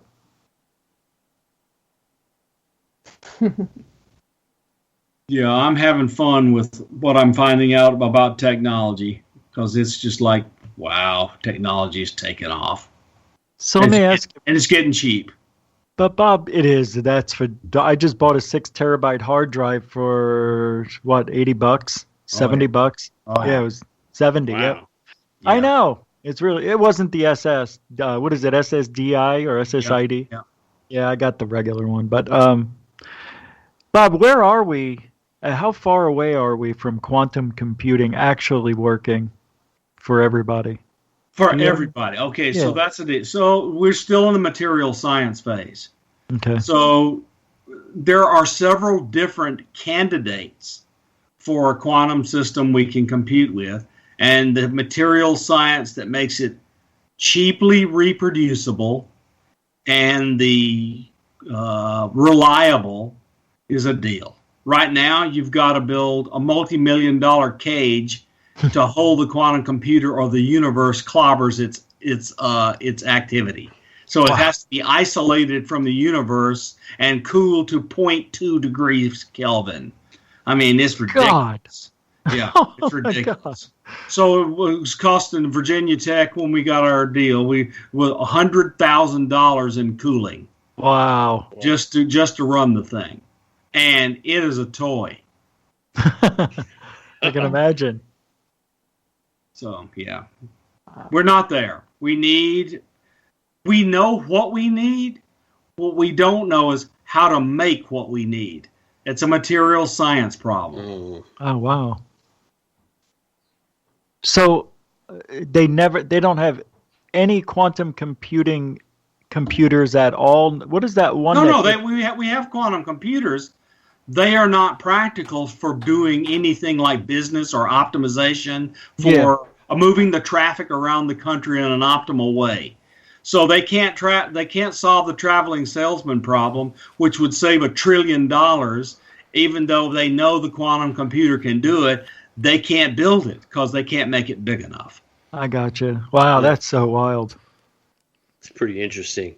So what would change? I mean, what material you don't know? I guess, huh? No. So we know we need to be able to control the material. Yeah. Okay. And so people don't know what entangled mean, but you realize you can entangle one particle with another. To make a really large, say 100,000 bit quantum computer, you need to entangle all 100,000 bits. We have no clue how to do it. Wow. That's wild stuff. I'm sorry, and control it. Okay. I mean, you can't run a program on something you can't control. So what do you think? 20 years? Oh, I think it's faster than that. And the U.S. government's spending billions now trying to get there. There's some good ideas. They're just not proven yet. And places, China is pushing hard. Australia is doing amazing work. I think it'll happen. Yeah, a lot of people do. Everything will change when it happens. Like, how would driving a car change? You would have you'd have a radio that would get you to the internet, and it would tell you optimally how to go and everybody else, and it would organize you. Oh, Dave's getting mean now. Who's Dave? Who's Dave? Dave is not here. It is only I, El Ovli Volador. Oh no, it's him. It's him. cheap. It's for the kids. Oh, my tequila. Hello, Holly. Hello, space travelers. It is I, El Ovni Volador. Hello, Ghost Sight. I love the glasses on the outside. What are you talking about? Oh my god, this is awesome. Let me tell you something, Let me tell you something, brother. Go right ahead, brother. I'm going to do a show right now, brother. I'm cutting your microphone right now.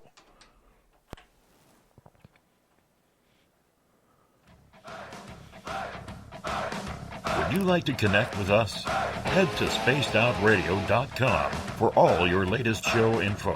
Now, back to Dave Scott and SOR. Third and final hour of Spaced Out Radio is underway. I am El Ovni Volador, filling in for Dave Scott in this hour, but that is okay because now the show finally gets interesting.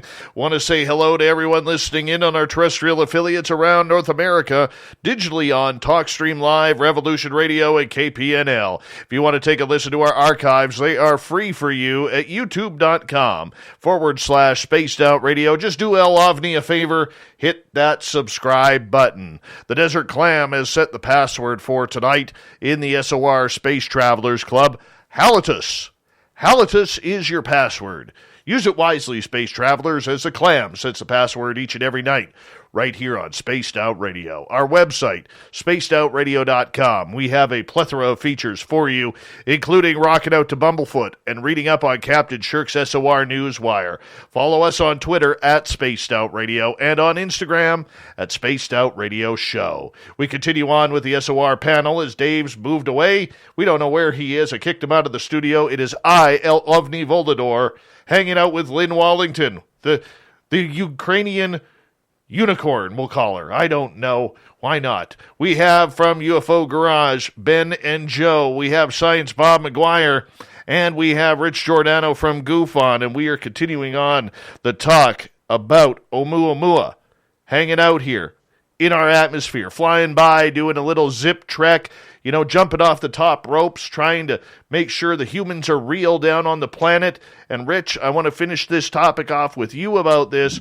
Do you think this was a sign that we were being investigated? Well, as Bob stated earlier, I don't think the evidence is good enough, or, it doesn't validate that that was a UFO or a ship or anything like that. No. That's it, Dave. I can't look at you like that. It's making me laugh. When you look right at the camera, it's just unreal. I don't know what to do. Well, on that note, let's continue on. Let's continue on. Billionaire Robert Bigelow out of Las Vegas, better known as Bigelow Aerospace. He has a hotel franchise that he made his multi-millions off of. He has run NIDS. He has run Bass. He has run many projects looking into everything from UFOs to near-death studies. Well, he has a new company out that is putting up $1 million on the line to prove that there is life after death. Lynn, I want to start with you on this one, the Ukrainian unicorn, as we continue on here. Do you think that we're going to get anything in this study in regards to whether or not we could prove that we do continue on after our physical body dies? I don't know. I mean, there have been a lot of interesting studies that have been done in the past on this subject, with some really interesting results. I don't know I'm not familiar with how he's going to go about the study, so I'm not exactly sure what aspect of it he's looking into. But I think there's a lot of interesting avenues you could go down. Are we talking about do we retain our consciousness after we die? Do we have an actual spirit or soul? I mean, we know that the moment the body dies, we lose a certain, I think it was 0.3 ounces or something, at that moment of death. So I don't know. What is it that he's looking into? Do you know specifically? He's putting up $1 million for somebody to write a 25,000-word essay in order to answer the questions on can we prove that there is life after death. And this comes after his wife of over 50 years passed away, and he wants to know what is going on. He's also lost a son to suicide about 30 years ago, and this has been something that has really bothered him on whether or not he'll be able to see, or any of us will be able to see, our families again from loved ones who've passed on. We've all been affected by it. We all are going to have it happen to us, unfortunately, but we got to be able to do this. So he's just looking for someone to write an essay on what happens, or do they have any proof? Is he looking for proof? They're looking for the best evidence that can prove whether or not there is life after death. I don't know. I mean, it doesn't really sound like a scientific study, so I think this is just kind of his grief, and this is the way he's dealing with it. Other than that, I don't know that there's going to be a lot that comes from it. I hope there is. I think that would be fascinating. Well, let's find out from the rest of the panel. Let's go over to you, Ben. Are you going to write an essay? Could be worth $500,000. Oh my gosh. Yes.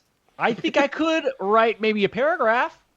Man, I saw that interview with George Knapp, and I was very surprised at how open I would never expect to hear the things that he said come out of Bigelow's mouth, Robert Bigelow's mouth. The paranormal. I love it. He's transitioning into this realization, just as we talked about earlier. I think I was pointing that at Lynn, that this whole thing it's all connected. And I think he's at this point where, in this interview, he references these strange events that are happening with his wife and these orange orbs that are coming to him and seeing it, but he can't get the proof. He can't get it on camera. It's got to be so frustrating, especially for somebody that literally has all the money in the world and still can't do anything about it. I mean, I'm trying to put myself in his place. What do you do? I think it's great. But yeah, am I writing an essay? I don't have enough experience or things that have happened to me, so I could probably write a paragraph like ghosts are cold. right? Like the sun is cold. My buddy Luke says that sun is cold, right? All right. Well, Joe, let's get to you. What's your opinion on this? Oh man, I think I kind of agree with Lynn. I think it kind of seems like a way that he's just dealing with it. Again, we had talked about earlier during the whole ghost thing. It was like, okay, I've collected all this data. Now what do we do with it? And then Bob was saying, well, yeah, you got to take this to a university, but the university requires funding. You need funding for all that. So if anything, I think we found our funding, right, for researching a lot of this data is, what do you do with it now? Well, now you have an outlet. Send it to him. Whether or not we get any answers, I mean, that's a whole nother story. But like we were saying earlier, if there's a problem and you're able to throw some money at it, I mean, who better to do it than this guy? He's okay with throwing money at these types of deals. So, yeah, I think short answer, yeah, I mean, there you go. You have your funding. Little Richie G, I want to bring you in on this because if I was writing this, if I, as El Ovni Volador, was writing this, okay, I would be talking to near-death experiencers. I would be talking to paranormal investigators. Good ones, not the weekend warriors. I would be talking to scientists about what happens to the body after we die. How would you go about writing a 25,000-word essay to put into this competition about trying to prove whether or not there is life after death? Wow. I don't even want to say. Maybe personal dreams that made me believe that I died and made me think that I was seeing something, passing out while I'm sleeping in bed from maybe I had a heart attack or something. Because I've had those dreams when I was questioning questioning what's death like. So, I don't know if it has to do with the brain, the way it misfires or whatnot, but I would use those dreams that I had to try to explain in a 25,000-word essay. But I think Bigelow has something else on his mind. If Bigelow does something like this, it's not just, I want to know. He's trying to find people that he could use for research and possibly see who's going to write to him about their stories of dying, coming back. Because he worked for years, 7 years, was it, at whatever ranch that was, Skinwalker Ranch? I think this guy is addicted to finding the truth. I think he needs to get a buzz from doing something that's paranormal and doing something different. Because he's a billionaire who has everything. So why not use that money for something you can't prove or have and possess? And I think he's got some sort of plan for all these essays. It's more than just an essay. It's a competition to see who's going to get the job to work with him. I never thought about it that way, but that's a very solid point there, Rich. Very solid. That's what I do. Yeah. That's what I do. Science Bob. So Bigelow is taking a larger scale approach to this than you might think. So he is doing this essay, which is, let's just let anybody come on in. But he also gave $4 million to the University of Nevada at Las Vegas to establish a consciousness studies chair and department. And so it's kind of really, really interesting that he's kind of taking this scattershot approach. When his wife Diane died and his son died, he really kind of got serious. And I think all the other activities have not given him satisfaction, so he's going to take a different approach. The things just I'm going to get on my high horse for a minute. The things that pissed me off about these interviews was the stories were wonderful. The things that they confirmed that were poorly kept secrets, like he totally bankrolled Linda when she was doing her cattle mutilation work. He totally bankrolled Bud Hopkins when he was writing about abductions. He's bankrolled half of all the big names you can think of in ufology and lots of other stuff. And he kind of confirmed all that. The problem I have is he kept it all secret. He hasn't shared what he's learned. He put it out there in great big volumes and let everybody have at it. Then I'll be a happier camper.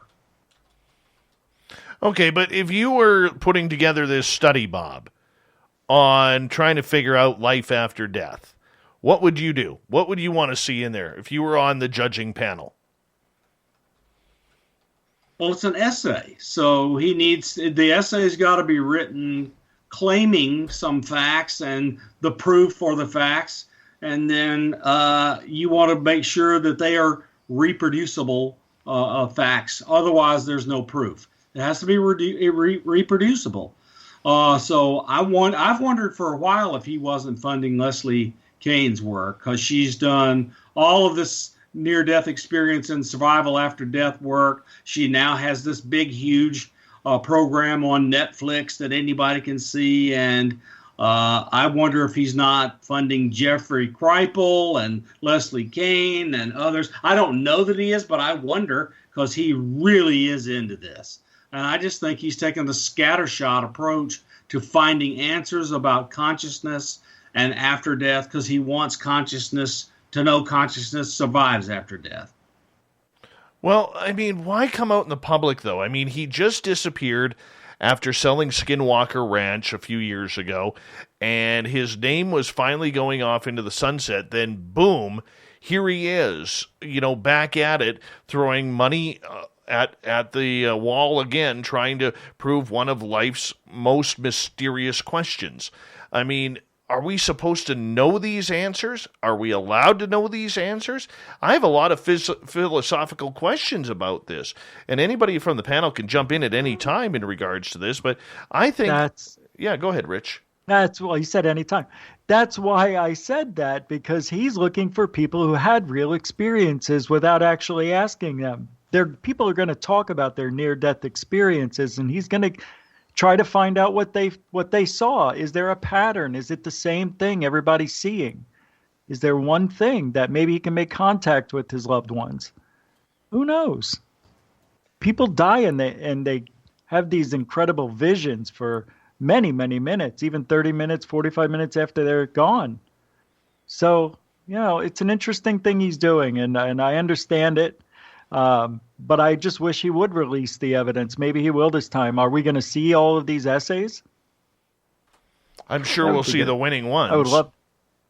I hope guys so. Seen the Netflix show called Life After Death? The comedy? You mean Surviving? No, this is a Leslie Keane show. Surviving Death. Surviving Death. It's awesome. Yeah. Thank you. Yeah. Oh, so you guys have already referenced that. Sorry. I didn't make that connection, but oh my God, what an awesome show. It is awesome. God. Wow.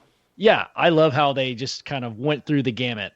So look, there are massive volumes of near-death experiences, and here's the way they go. The ones that are in these massive collections of near-death experiences are the ones that science cares about, are the following things. Isn't that interesting? Whoa, this is fun. That's pretty cute. Okay, that's awesome. The flying saucer has done something neat here. Okay, look. I'm sorry, El Ovni Volador, not flying saucer. So look, the good things are they're as follows. The person's heart stops beating. Yeah. And their EEG goes flat. So their neural cortex stops functioning, their heart's not functioning, and they're out for 25 minutes. And what do? While they're completely dead, not breathing with their eyes closed, they're floating over the table. And when they come back after the NDE, they can tell everything that happened in that 25 minutes in the room they're in. Yep. That's not easily explained by any other means than part of your consciousness is not corporeal. It's not part of your body. Right. I mean, to me, that's just enough. That's enough for me, too. To come back from a near-death experience and be able to say, yeah, okay, so I remember these tools that looked I picked up these tools. They described them perfectly. They were never seen with their eyes open, so they had them knocked out with gas.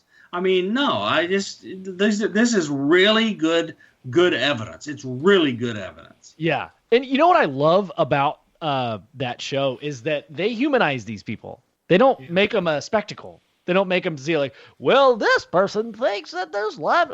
They spend the time to like get these people's stories. Full circle back to like hearing people's stories. Like, why isn't that more important? Just so everybody wants my opinion, skip the ectoplasm one and just watch. Oh my, yes. Yeah. Oh my God, I agree. Come on, what's wrong with ectoplasm? Well. It was awful. It's sticky. Everybody knows that. Joe, dude, lots of claims, nothing shown. That's the problem. Well, I mean, it's going to be interesting to see what goes on, and I really do hope that Bigelow, like Rich says, releases the winning essays on this because, I think that we're going to gain a lot more information. I mean, it's going to send the paranormal round off into a total frenzy, like sharks if they ever catch on to some UFO guy wanting to talk about life after death and potential experiences, but who knows, that one may fly over the paranormal heads as well. At least 88% of them. But nonetheless, we're going to continue on here as we have about 4.5 minutes to go before we go to break at the bottom of the hour on Spaced Out Radio's SOR Roundtable. We have Science Bob McGwier, Rich Giordano from Goof On, from UFO Garage. We have Ben and Joe, and the gorgeous and talented witch of Spaced Out Radio, Lynn Wellington, is here.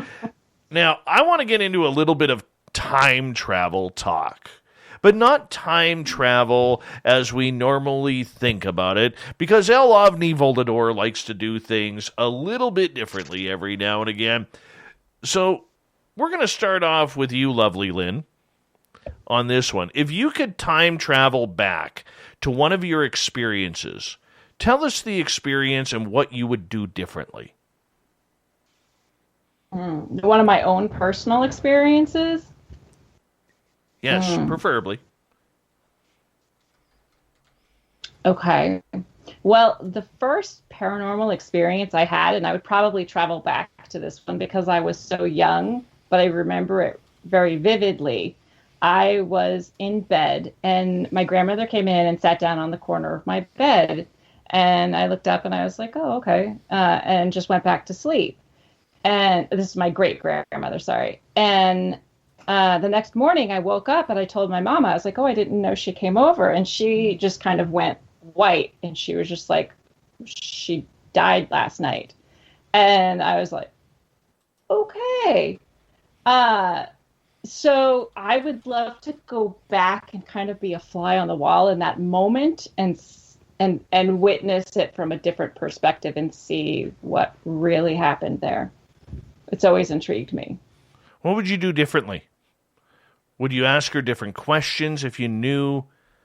What would you do? Yeah, I would. I mean, I think I was about 5, so I just went right back to sleep. There were no questions. So, yeah, talking to her would probably be a good start. Try to find it. Knowing what I know now, I would definitely ask her questions and I'd be curious. What would you want to know? What's it like? Tell me. What would you want to know? Everything. We know nothing, so I would want to know everything. I would be asking her, what was it like? What's it like for you now? Where are you?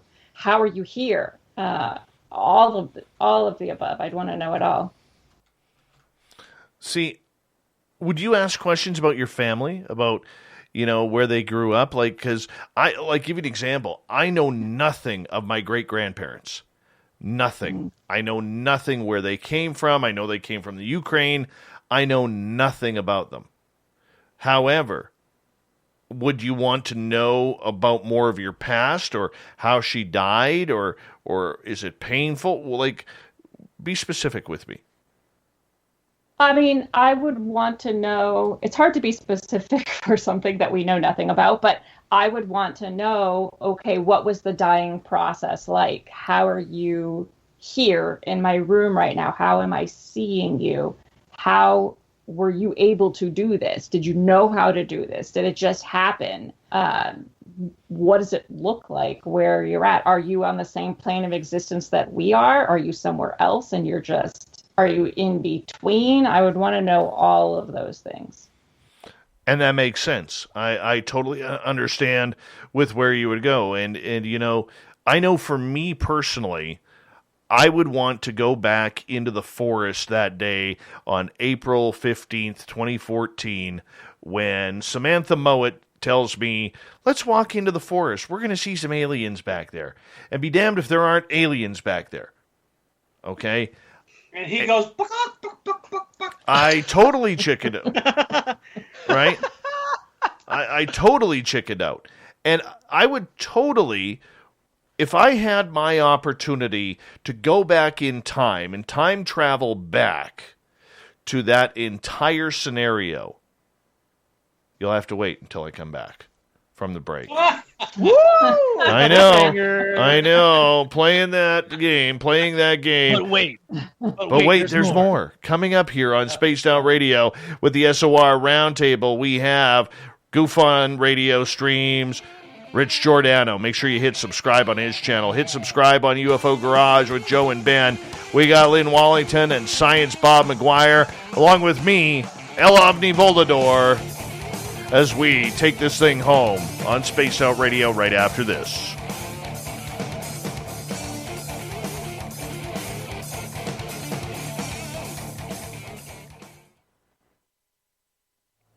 Where'd Joe go? I don't know. It's been a long time. It's so you might as well be a statue back there. Like it's I feel so intimidated. Like you're just. I'm El Pollo Loco. I can't even see your eyes. At least we can see Dave's eyes. Well, every luchador needs a villain, dude. So I had to be the villain, you know. Oh my god. Dave, I'll be right back. This is fabulous. You could use this. I didn't do that. Who did that? Who did it? I don't know. It might have been me. I was trying to look at the different modes, and I hit together mode. I didn't know it was going to put us on some stone Yes. steps. Mine says together mode. Where's together mode? But look up at the top of the screen. Like the call. Right up by the people, etc. And the title is in the middle is together mode. It's hilarious, though. I'm like just ahead. Dave, you can use this as your way to go start broadcasting video. I get it now. Did you know about that, Rich?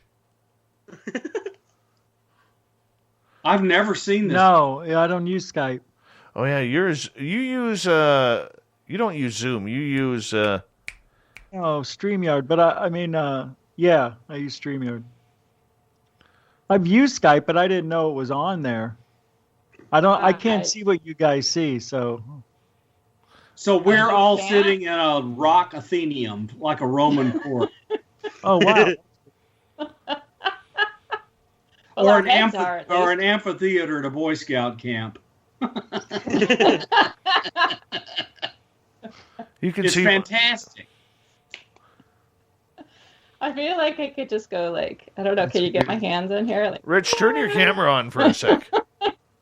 All right. I want to see where Rich sits. Yeah, where is he going to pop up? What? Oh, where do I sit? Yeah, you got to turn your camera on for us to see you. What in this step grid. are you going to be on? Hold on, here we go. Whoops, let me get that. All right, there we go. I had to put some things out of camera. All right, here we go. Where is he? Hey! There he is. I don't see anything. I see Dave individually, you guys on your own cameras. Really? Huh. Are you running Skype? Yeah. I Dave have called no me. idea how you can not Okay, go see right it. up to the top, Rich, and see right beside everybody's name. It'll say together mode. Yeah. Oh, let me see here. All right, there's... Hold on. The call layout button. And together mode is maybe you have an older version of Skype and it can't do it. Maybe. I thought it just updated last week, I thought. I just had an update last week, too. So I see, is it all the way to the left? No, it's in the center or at the top. I see all of your. Oh, here we go. 6 participants, gallery, and Yeah. find. You don't see together mode? No. Yours I is not capable. That's just what bullshit. it means. You know, I never get to have fun. It's true. I heard for you. El No. Ovni Volador hurts for you right Wait, now. it's telling me to go to call. Try that. I'm afraid it's going to hang me up. I'll go to it, though. Hey, Ben's back in. Hey, it worked. Yay! There you That's are. amazing. Oh my Vote God. masks. How does this happen? Oh, Oh, my God. Look at the mask. Oh, Should great. I go get one? Yep. I ordered it from Amazon. Their Amazon Prime is pretty quick nowadays. Is that your purging mask? Yeah, yeah. It comes with a matching baseball bat too. Very nice. It's inflatable. It's just for fun. It squeaks. All right, we got 1 minute to go here. 1 minute to go. Man, how terrible of a death would that be to be murdered with a squeaking bat? It would take forever. I don't know, but I am totally addicted to The Purge. That the show. Oh, which one does Rich have on right now? Hold on, he's gonna appear here. Not working. Whoa! Oh There's this no! alien mask. It's a Oh, my Zeta. goodness. Oh my God. There It's it an- finally auto shrunk. Amazing. All right, we Oh, got 25 seconds here. 25 seconds. Oh my God. Dave, this is awesome. This is fantastic. You can use this to broadcast video. You can tell we're super serious too. Like we're very Right? like Aw. we take this. I feel left out. I need a mask. Hold on, guys. Here we go.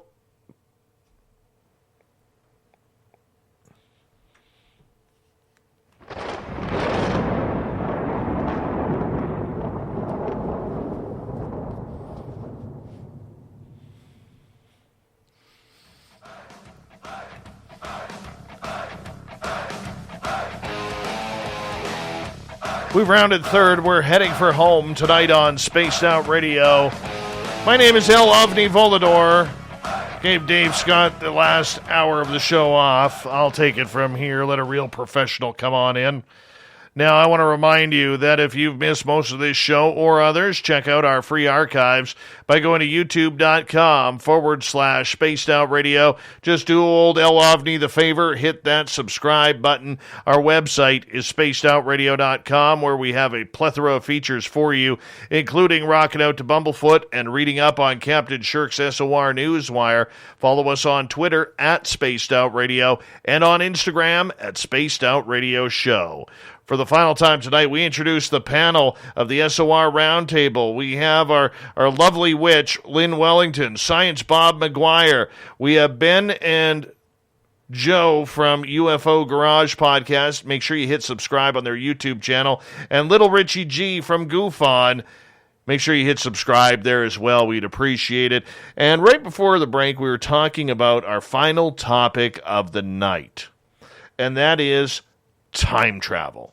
If you could travel back in time to an event that you experienced, would you go back to it? What event would you go back to? And how would you change how you acted, how you were? For me, for instance, it was on April 15th, 2014, when Samantha Mowat and I walked into a forest, and there was an alien in the forest, an absolute alien. And so this is 2 o'clock in the afternoon. This thing starts telepathically communicating with Samantha, says, "We're not here to harm you. We're not here to take you. You're more than welcome to come over and say hello. However, we're worried about the man's health." They were scared for me. Scared. So my big thing is this. Samantha starts walking down the path. Like she's going to go over there and talk with them aliens. She is. And I held her back. I held her back. Because I was frightened. I wasn't scared of them. What I was scared of was that at that exact moment in time, I'm 40 years old, and my entire life just changed before my very mask. Okay? And I couldn't handle it. So if I could do anything and travel back in time, I would literally go back to that exact scenario, and I would walk down that path with Samantha, that 200 feet, to go see these extraterrestrials. I blew that one, boys and girls. I blew that one. I want that moment back. And ever since this happened, I've wanted that moment back. Joe, let's go to you. Anything freaky ever happened to you that you would love to go back in time, and how would you do it differently?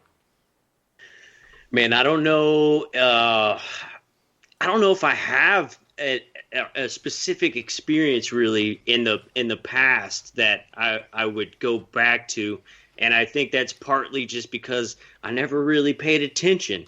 So maybe if there's like a random moment, I would go back and just tell myself, hey, for the next 20 years of your life, pay attention to certain things. And, maybe I would have had that experience earlier on in life.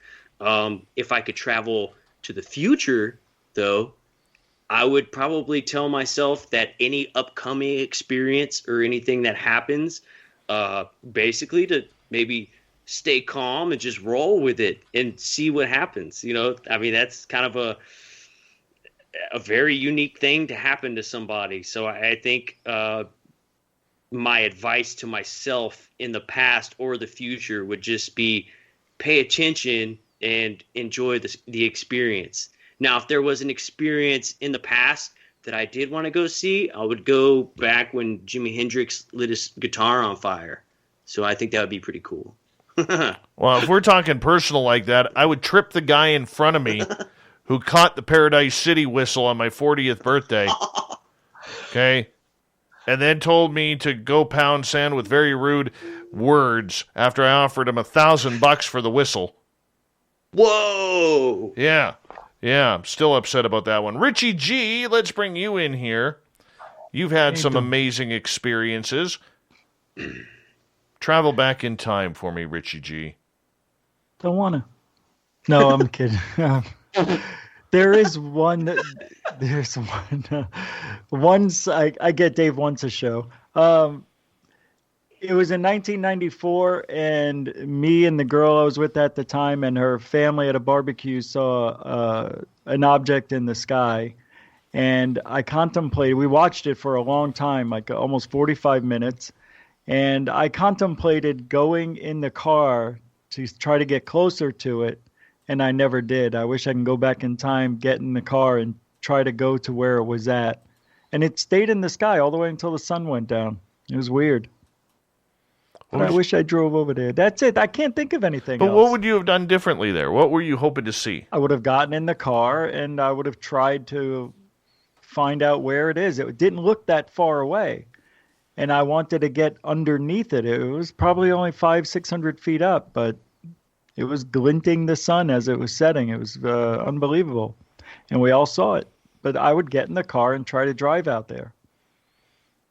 That's all. I can't think of anything else. I am totally surprised you went with that experience. I thought you would go with the Ouija board one. Oh, right. I could have. That's, yeah. Would you like to make a change? Would you like to make a change? Well, no, because I would have done the same exact thing. I wouldn't have changed. It was all for research. Dave's talking about where I may or may not have had a spiritual attachment from a Ouija board experience is 125 of them. Without closing the Ouija board down, you got to say goodbye. So I never did. And people think I had something strange happen to my throat, and it had to do with a cross I put on, and I denounced the devil in the Ouija board and all this stuff. Maybe should I go back and not do any of what I did? No, it was part of research. I have to learn the valuable lessons, the hard lessons. And maybe I did. Hey, that was the beginning of everything that changed for me after that. So very, very true. I don't want to change it. I want to go back and find out what that silver object was. I always wondered that. How about you, Science Bob? So in 1972, I pick up my girlfriend at where we go to the same university, and I drive home, and I have an hour and a half of missing time. Wind up in the middle of nowhere, sitting in the dark road at a stop sign, no clue where I am. I'd go back in time and figure out what happened. Wow, that's cool. What would you want to know about that missing time, Science Bob? What caused it? What was the deal? Was I abducted by aliens, or did I just black out and magically drive for an hour and a half without wrecking? I want to know the answer. Why not hypnotherapy? Or you're not allowed? Not allowed. Why not? I have to have a cleared hypnotherapist, and no one will get one for me. What does that mean, cleared hypnotherapist? I worked for the intelligence community for 30 years. Oh. Science Bob is spooky. That's legit, man. That's really cool. Yeah. So you have a security clearance that you... I read out of my security clearance on May 8 and retired. Wow. That's really cool. That's cool. Yeah. That's awesome. Yeah. How about you, Ben? Oh my gosh. Okay, so I've been like racking my brain trying to think of a time that I would go back in time and change something. And it was the first sighting that I've ever had of something that I couldn't explain. I was with a couple of friends in high school. I think I was 17. And we were on YouTube looking at UFO videos. And I get a call from a friend that says, "Hey, there's some weird lights in the sky." She knew that I was into UFOs and called me. And lo and behold, I had some friends over. And we were like, wait, that's a weird synchronicity. So we get in the car, we go drive over the dam. And I'm kind of shortening the story, but the dam that goes over the lake. And yeah, we see these orbs, and I wish that I would have brought a better camera with me.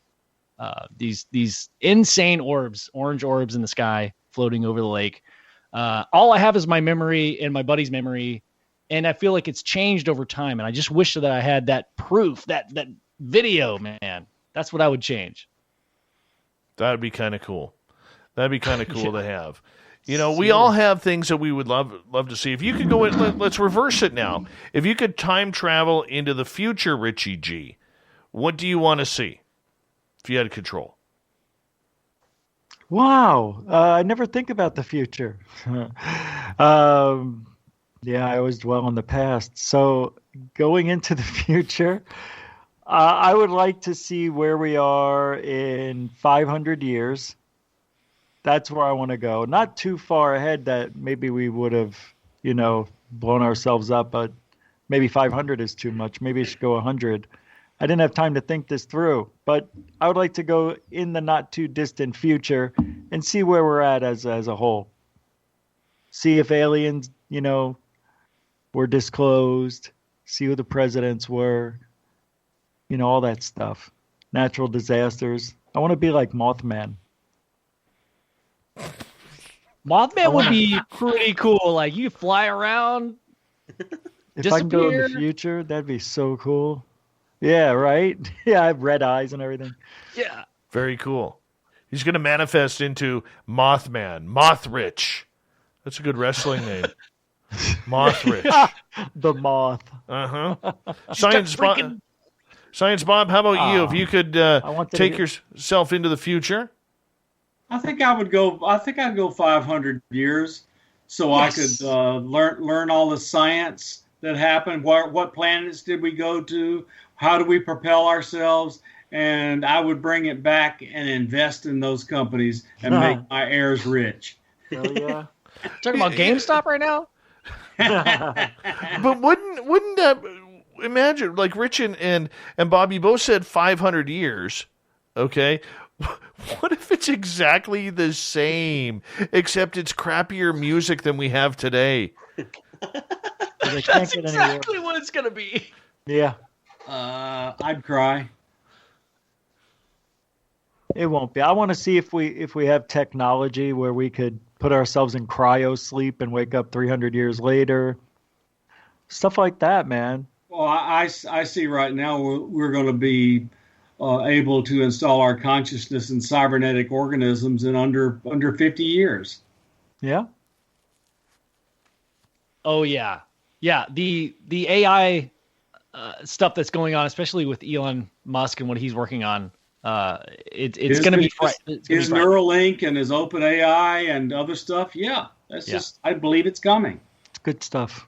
We're going to steadily enhance ourselves with cybernetic tools to our bodies. Yep. We will never have heart attacks.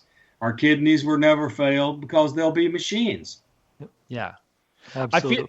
I feel like the contingency is that the AI that is you can never talk to that AI because it would create a ripple effect in the space-time continuum. Even just communicating to Holy, where's your DeLorean?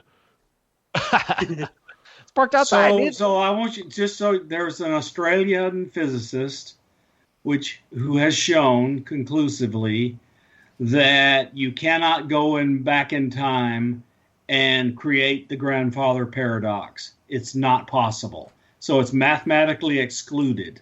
So that means, to me, time travel is possible. I believe that all things are possible will happen. Love that. Works for me. Lynn, how about you? You're going into the future. What you looking at? I mean, I think I'd be going with Rich and Science Bob and just checking things out and seeing where we're at. I'd like to get to a point where, maybe we've figured out space travel a little better. Where have we gone? Who have we met? Have we met anyone? What have we seen? So all the same things that everyone else is saying, I guess. It's not that exciting an answer, but... You tried. Lynn's enlightening tonight. Very enlightening. I definitely want you to walk me to the squared circle. Be my manager. Be my manager, Unicorn. How about you, Joel? If you could go in the future? Man, so about a month ago, I had this wild experience with this massive orange ball of light that flew over my house, and it has bugged me to death ever since I saw it, because I've never seen anything like it before. I would definitely go in the future to see if I ever figured out what that thing was, or if anybody figured out what it was. So that would be my future thing. And you, Ben? Oh my gosh, future. I would love to see. This is what I see in my head. I see Futurama. I mean, The Simpsons has predicted everything that's up to this point. I would love to have the Earth be in 50 years totally just chill with everybody. Like, that would be fun, right? Like Zoidberg, I would love that to happen. So that's what I see happening in the future. We're just there's just aliens all around us. They don't not only look just like us, some of them, but some of them look totally different and nobody's scared. Like, that'd be cool if we were just not spooked. As long as they're not abducting us and, doing weird shit stuff. Sorry, Dave. Well, you know what? If I had my choice, I would want to go about 100 years, 120. So that way I could see my great-great grandkids and all that kind of stuff, all the mushy stuff that you want to do. I'd probably want to bang my head on a wall a few more times just because it just seems like the right thing to do in my Al Bundy kind of life that I have, and see if that pattern changed. But I would love to see where we go. I would love to see the technology, flying cars. Do we get some Jetsons type lifestyle? Because that would be really cool to have that Jetsons type lifestyle going on. And, hopefully they bring fighting back into hockey by then, because it sucks right now. It really does suck right now. And, there's a lot of things I want to see. I don't believe, like, in my personal opinion, I don't believe we're going to see disclosure in our lifetime. I want to believe we will, but I don't think we will. But in 100 years from now, when society has moved away and the younger generations have moved away from such societal norms that are out there that we consider normal today, whether it's current academics, its current religion, current everything. I think once society moves forward and says, you know what, we can just love everything at once, that's a planet I hope to see, and I hope we get there, rather than trying to party like it's $14.99 again. Right? I would love to sit down at a very long table with many chairs of Bigfoot and all the aliens and say, "Hey guys, we're good, right?" He wants That's a Star Wars bar. Yeah, yes. cantina. Yes. Absolutely. Absolutely. We only got a couple minutes left with the panel tonight, and it's been a lot of fun here. UFO Garage, guys, before we let you go, because this is your first time here, we really haven't talked in almost a year. You realize that. You know, you weren't sharing that 25-gallon bottle of wine that you were carrying around the hotel. You know, but I do have to say this. You know, you guys are very entertaining. You guys are a lot of fun, and let everybody know, at least my listeners, because we got to get your YouTube numbers up a little bit and everything like that. Let my listeners know where they can find you guys, because I think you guys need a lot more love than what you're getting out there. Well, Yeah, thanks, dude. I appreciate that. Yeah, go ahead, Joe. Yeah, definitely. Just being here tonight. I mean, it's already went up like 10 subscribers. So thanks, everybody. We appreciate it. Yeah, I mean, you guys can find the UFO Garage on basically any podcast streaming platform. You can go to ufogaragepc.com. Leave us a message. Stop by. Say what's up. You can find all of our stuff on there. Yeah, we're just laid back. We like to have a good time. I mean, we don't claim to be hardcore researchers or anything like that. We just so happen to be two regular dudes who are into it and pay attention a little more than the regular person. So I think we kind of bring that aspect a little bit. But yeah, it's laid back. We like to have a lot of fun, and we'd love for all you guys to come and hang out with us. Absolutely. And Little Richie G, do us a favor. Let everybody know where they can find Goof On when you're on. Monday through Saturday on YouTube, 10 p.m. Eastern, 7 Pacific, UFOs, near-death experiences, conspiracies, we do it all, even premiering a video now and then. And also you can find me on Third Phase UFO Report and Third Phase of Moon. Hey, Richie, I got to ask, what's it like starting at 7 p.m. Pacific? What's that like? Well, it's 8. I'm not on Pacific, I'm Mountain until they change it, you know. We don't change our clocks here in Arizona, so that's so nice.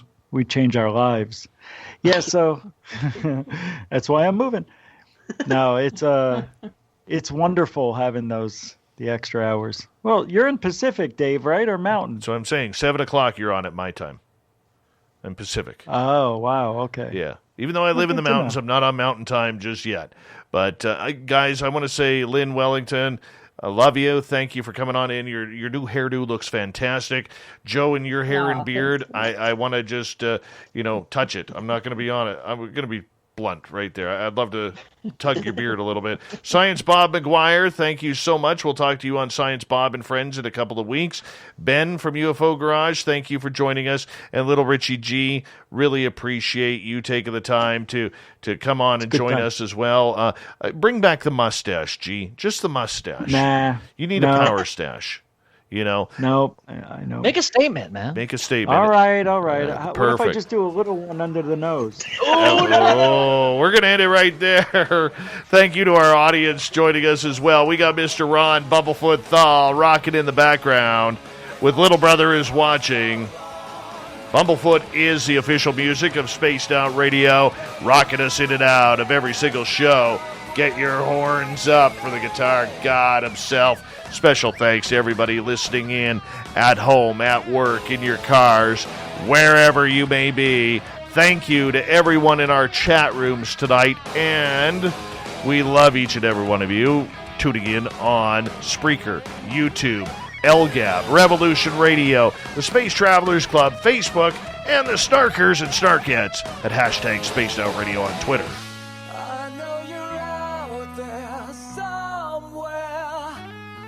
Remember, this show is copyright by Spaced Out Radio and SOR Media Ventures Limited. Thank you so much for choosing to share your evening with us, because together, my friends, we're watching. We own the night, Mr. Bumblefoot. We need a favor. We need you to take us home.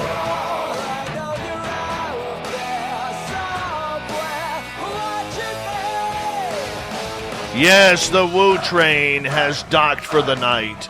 But tomorrow, my friends, we shall ride again. Your seats are always available. Your tickets never expire. And if you want to bring a friend, yep, we've got room for them too. Good night.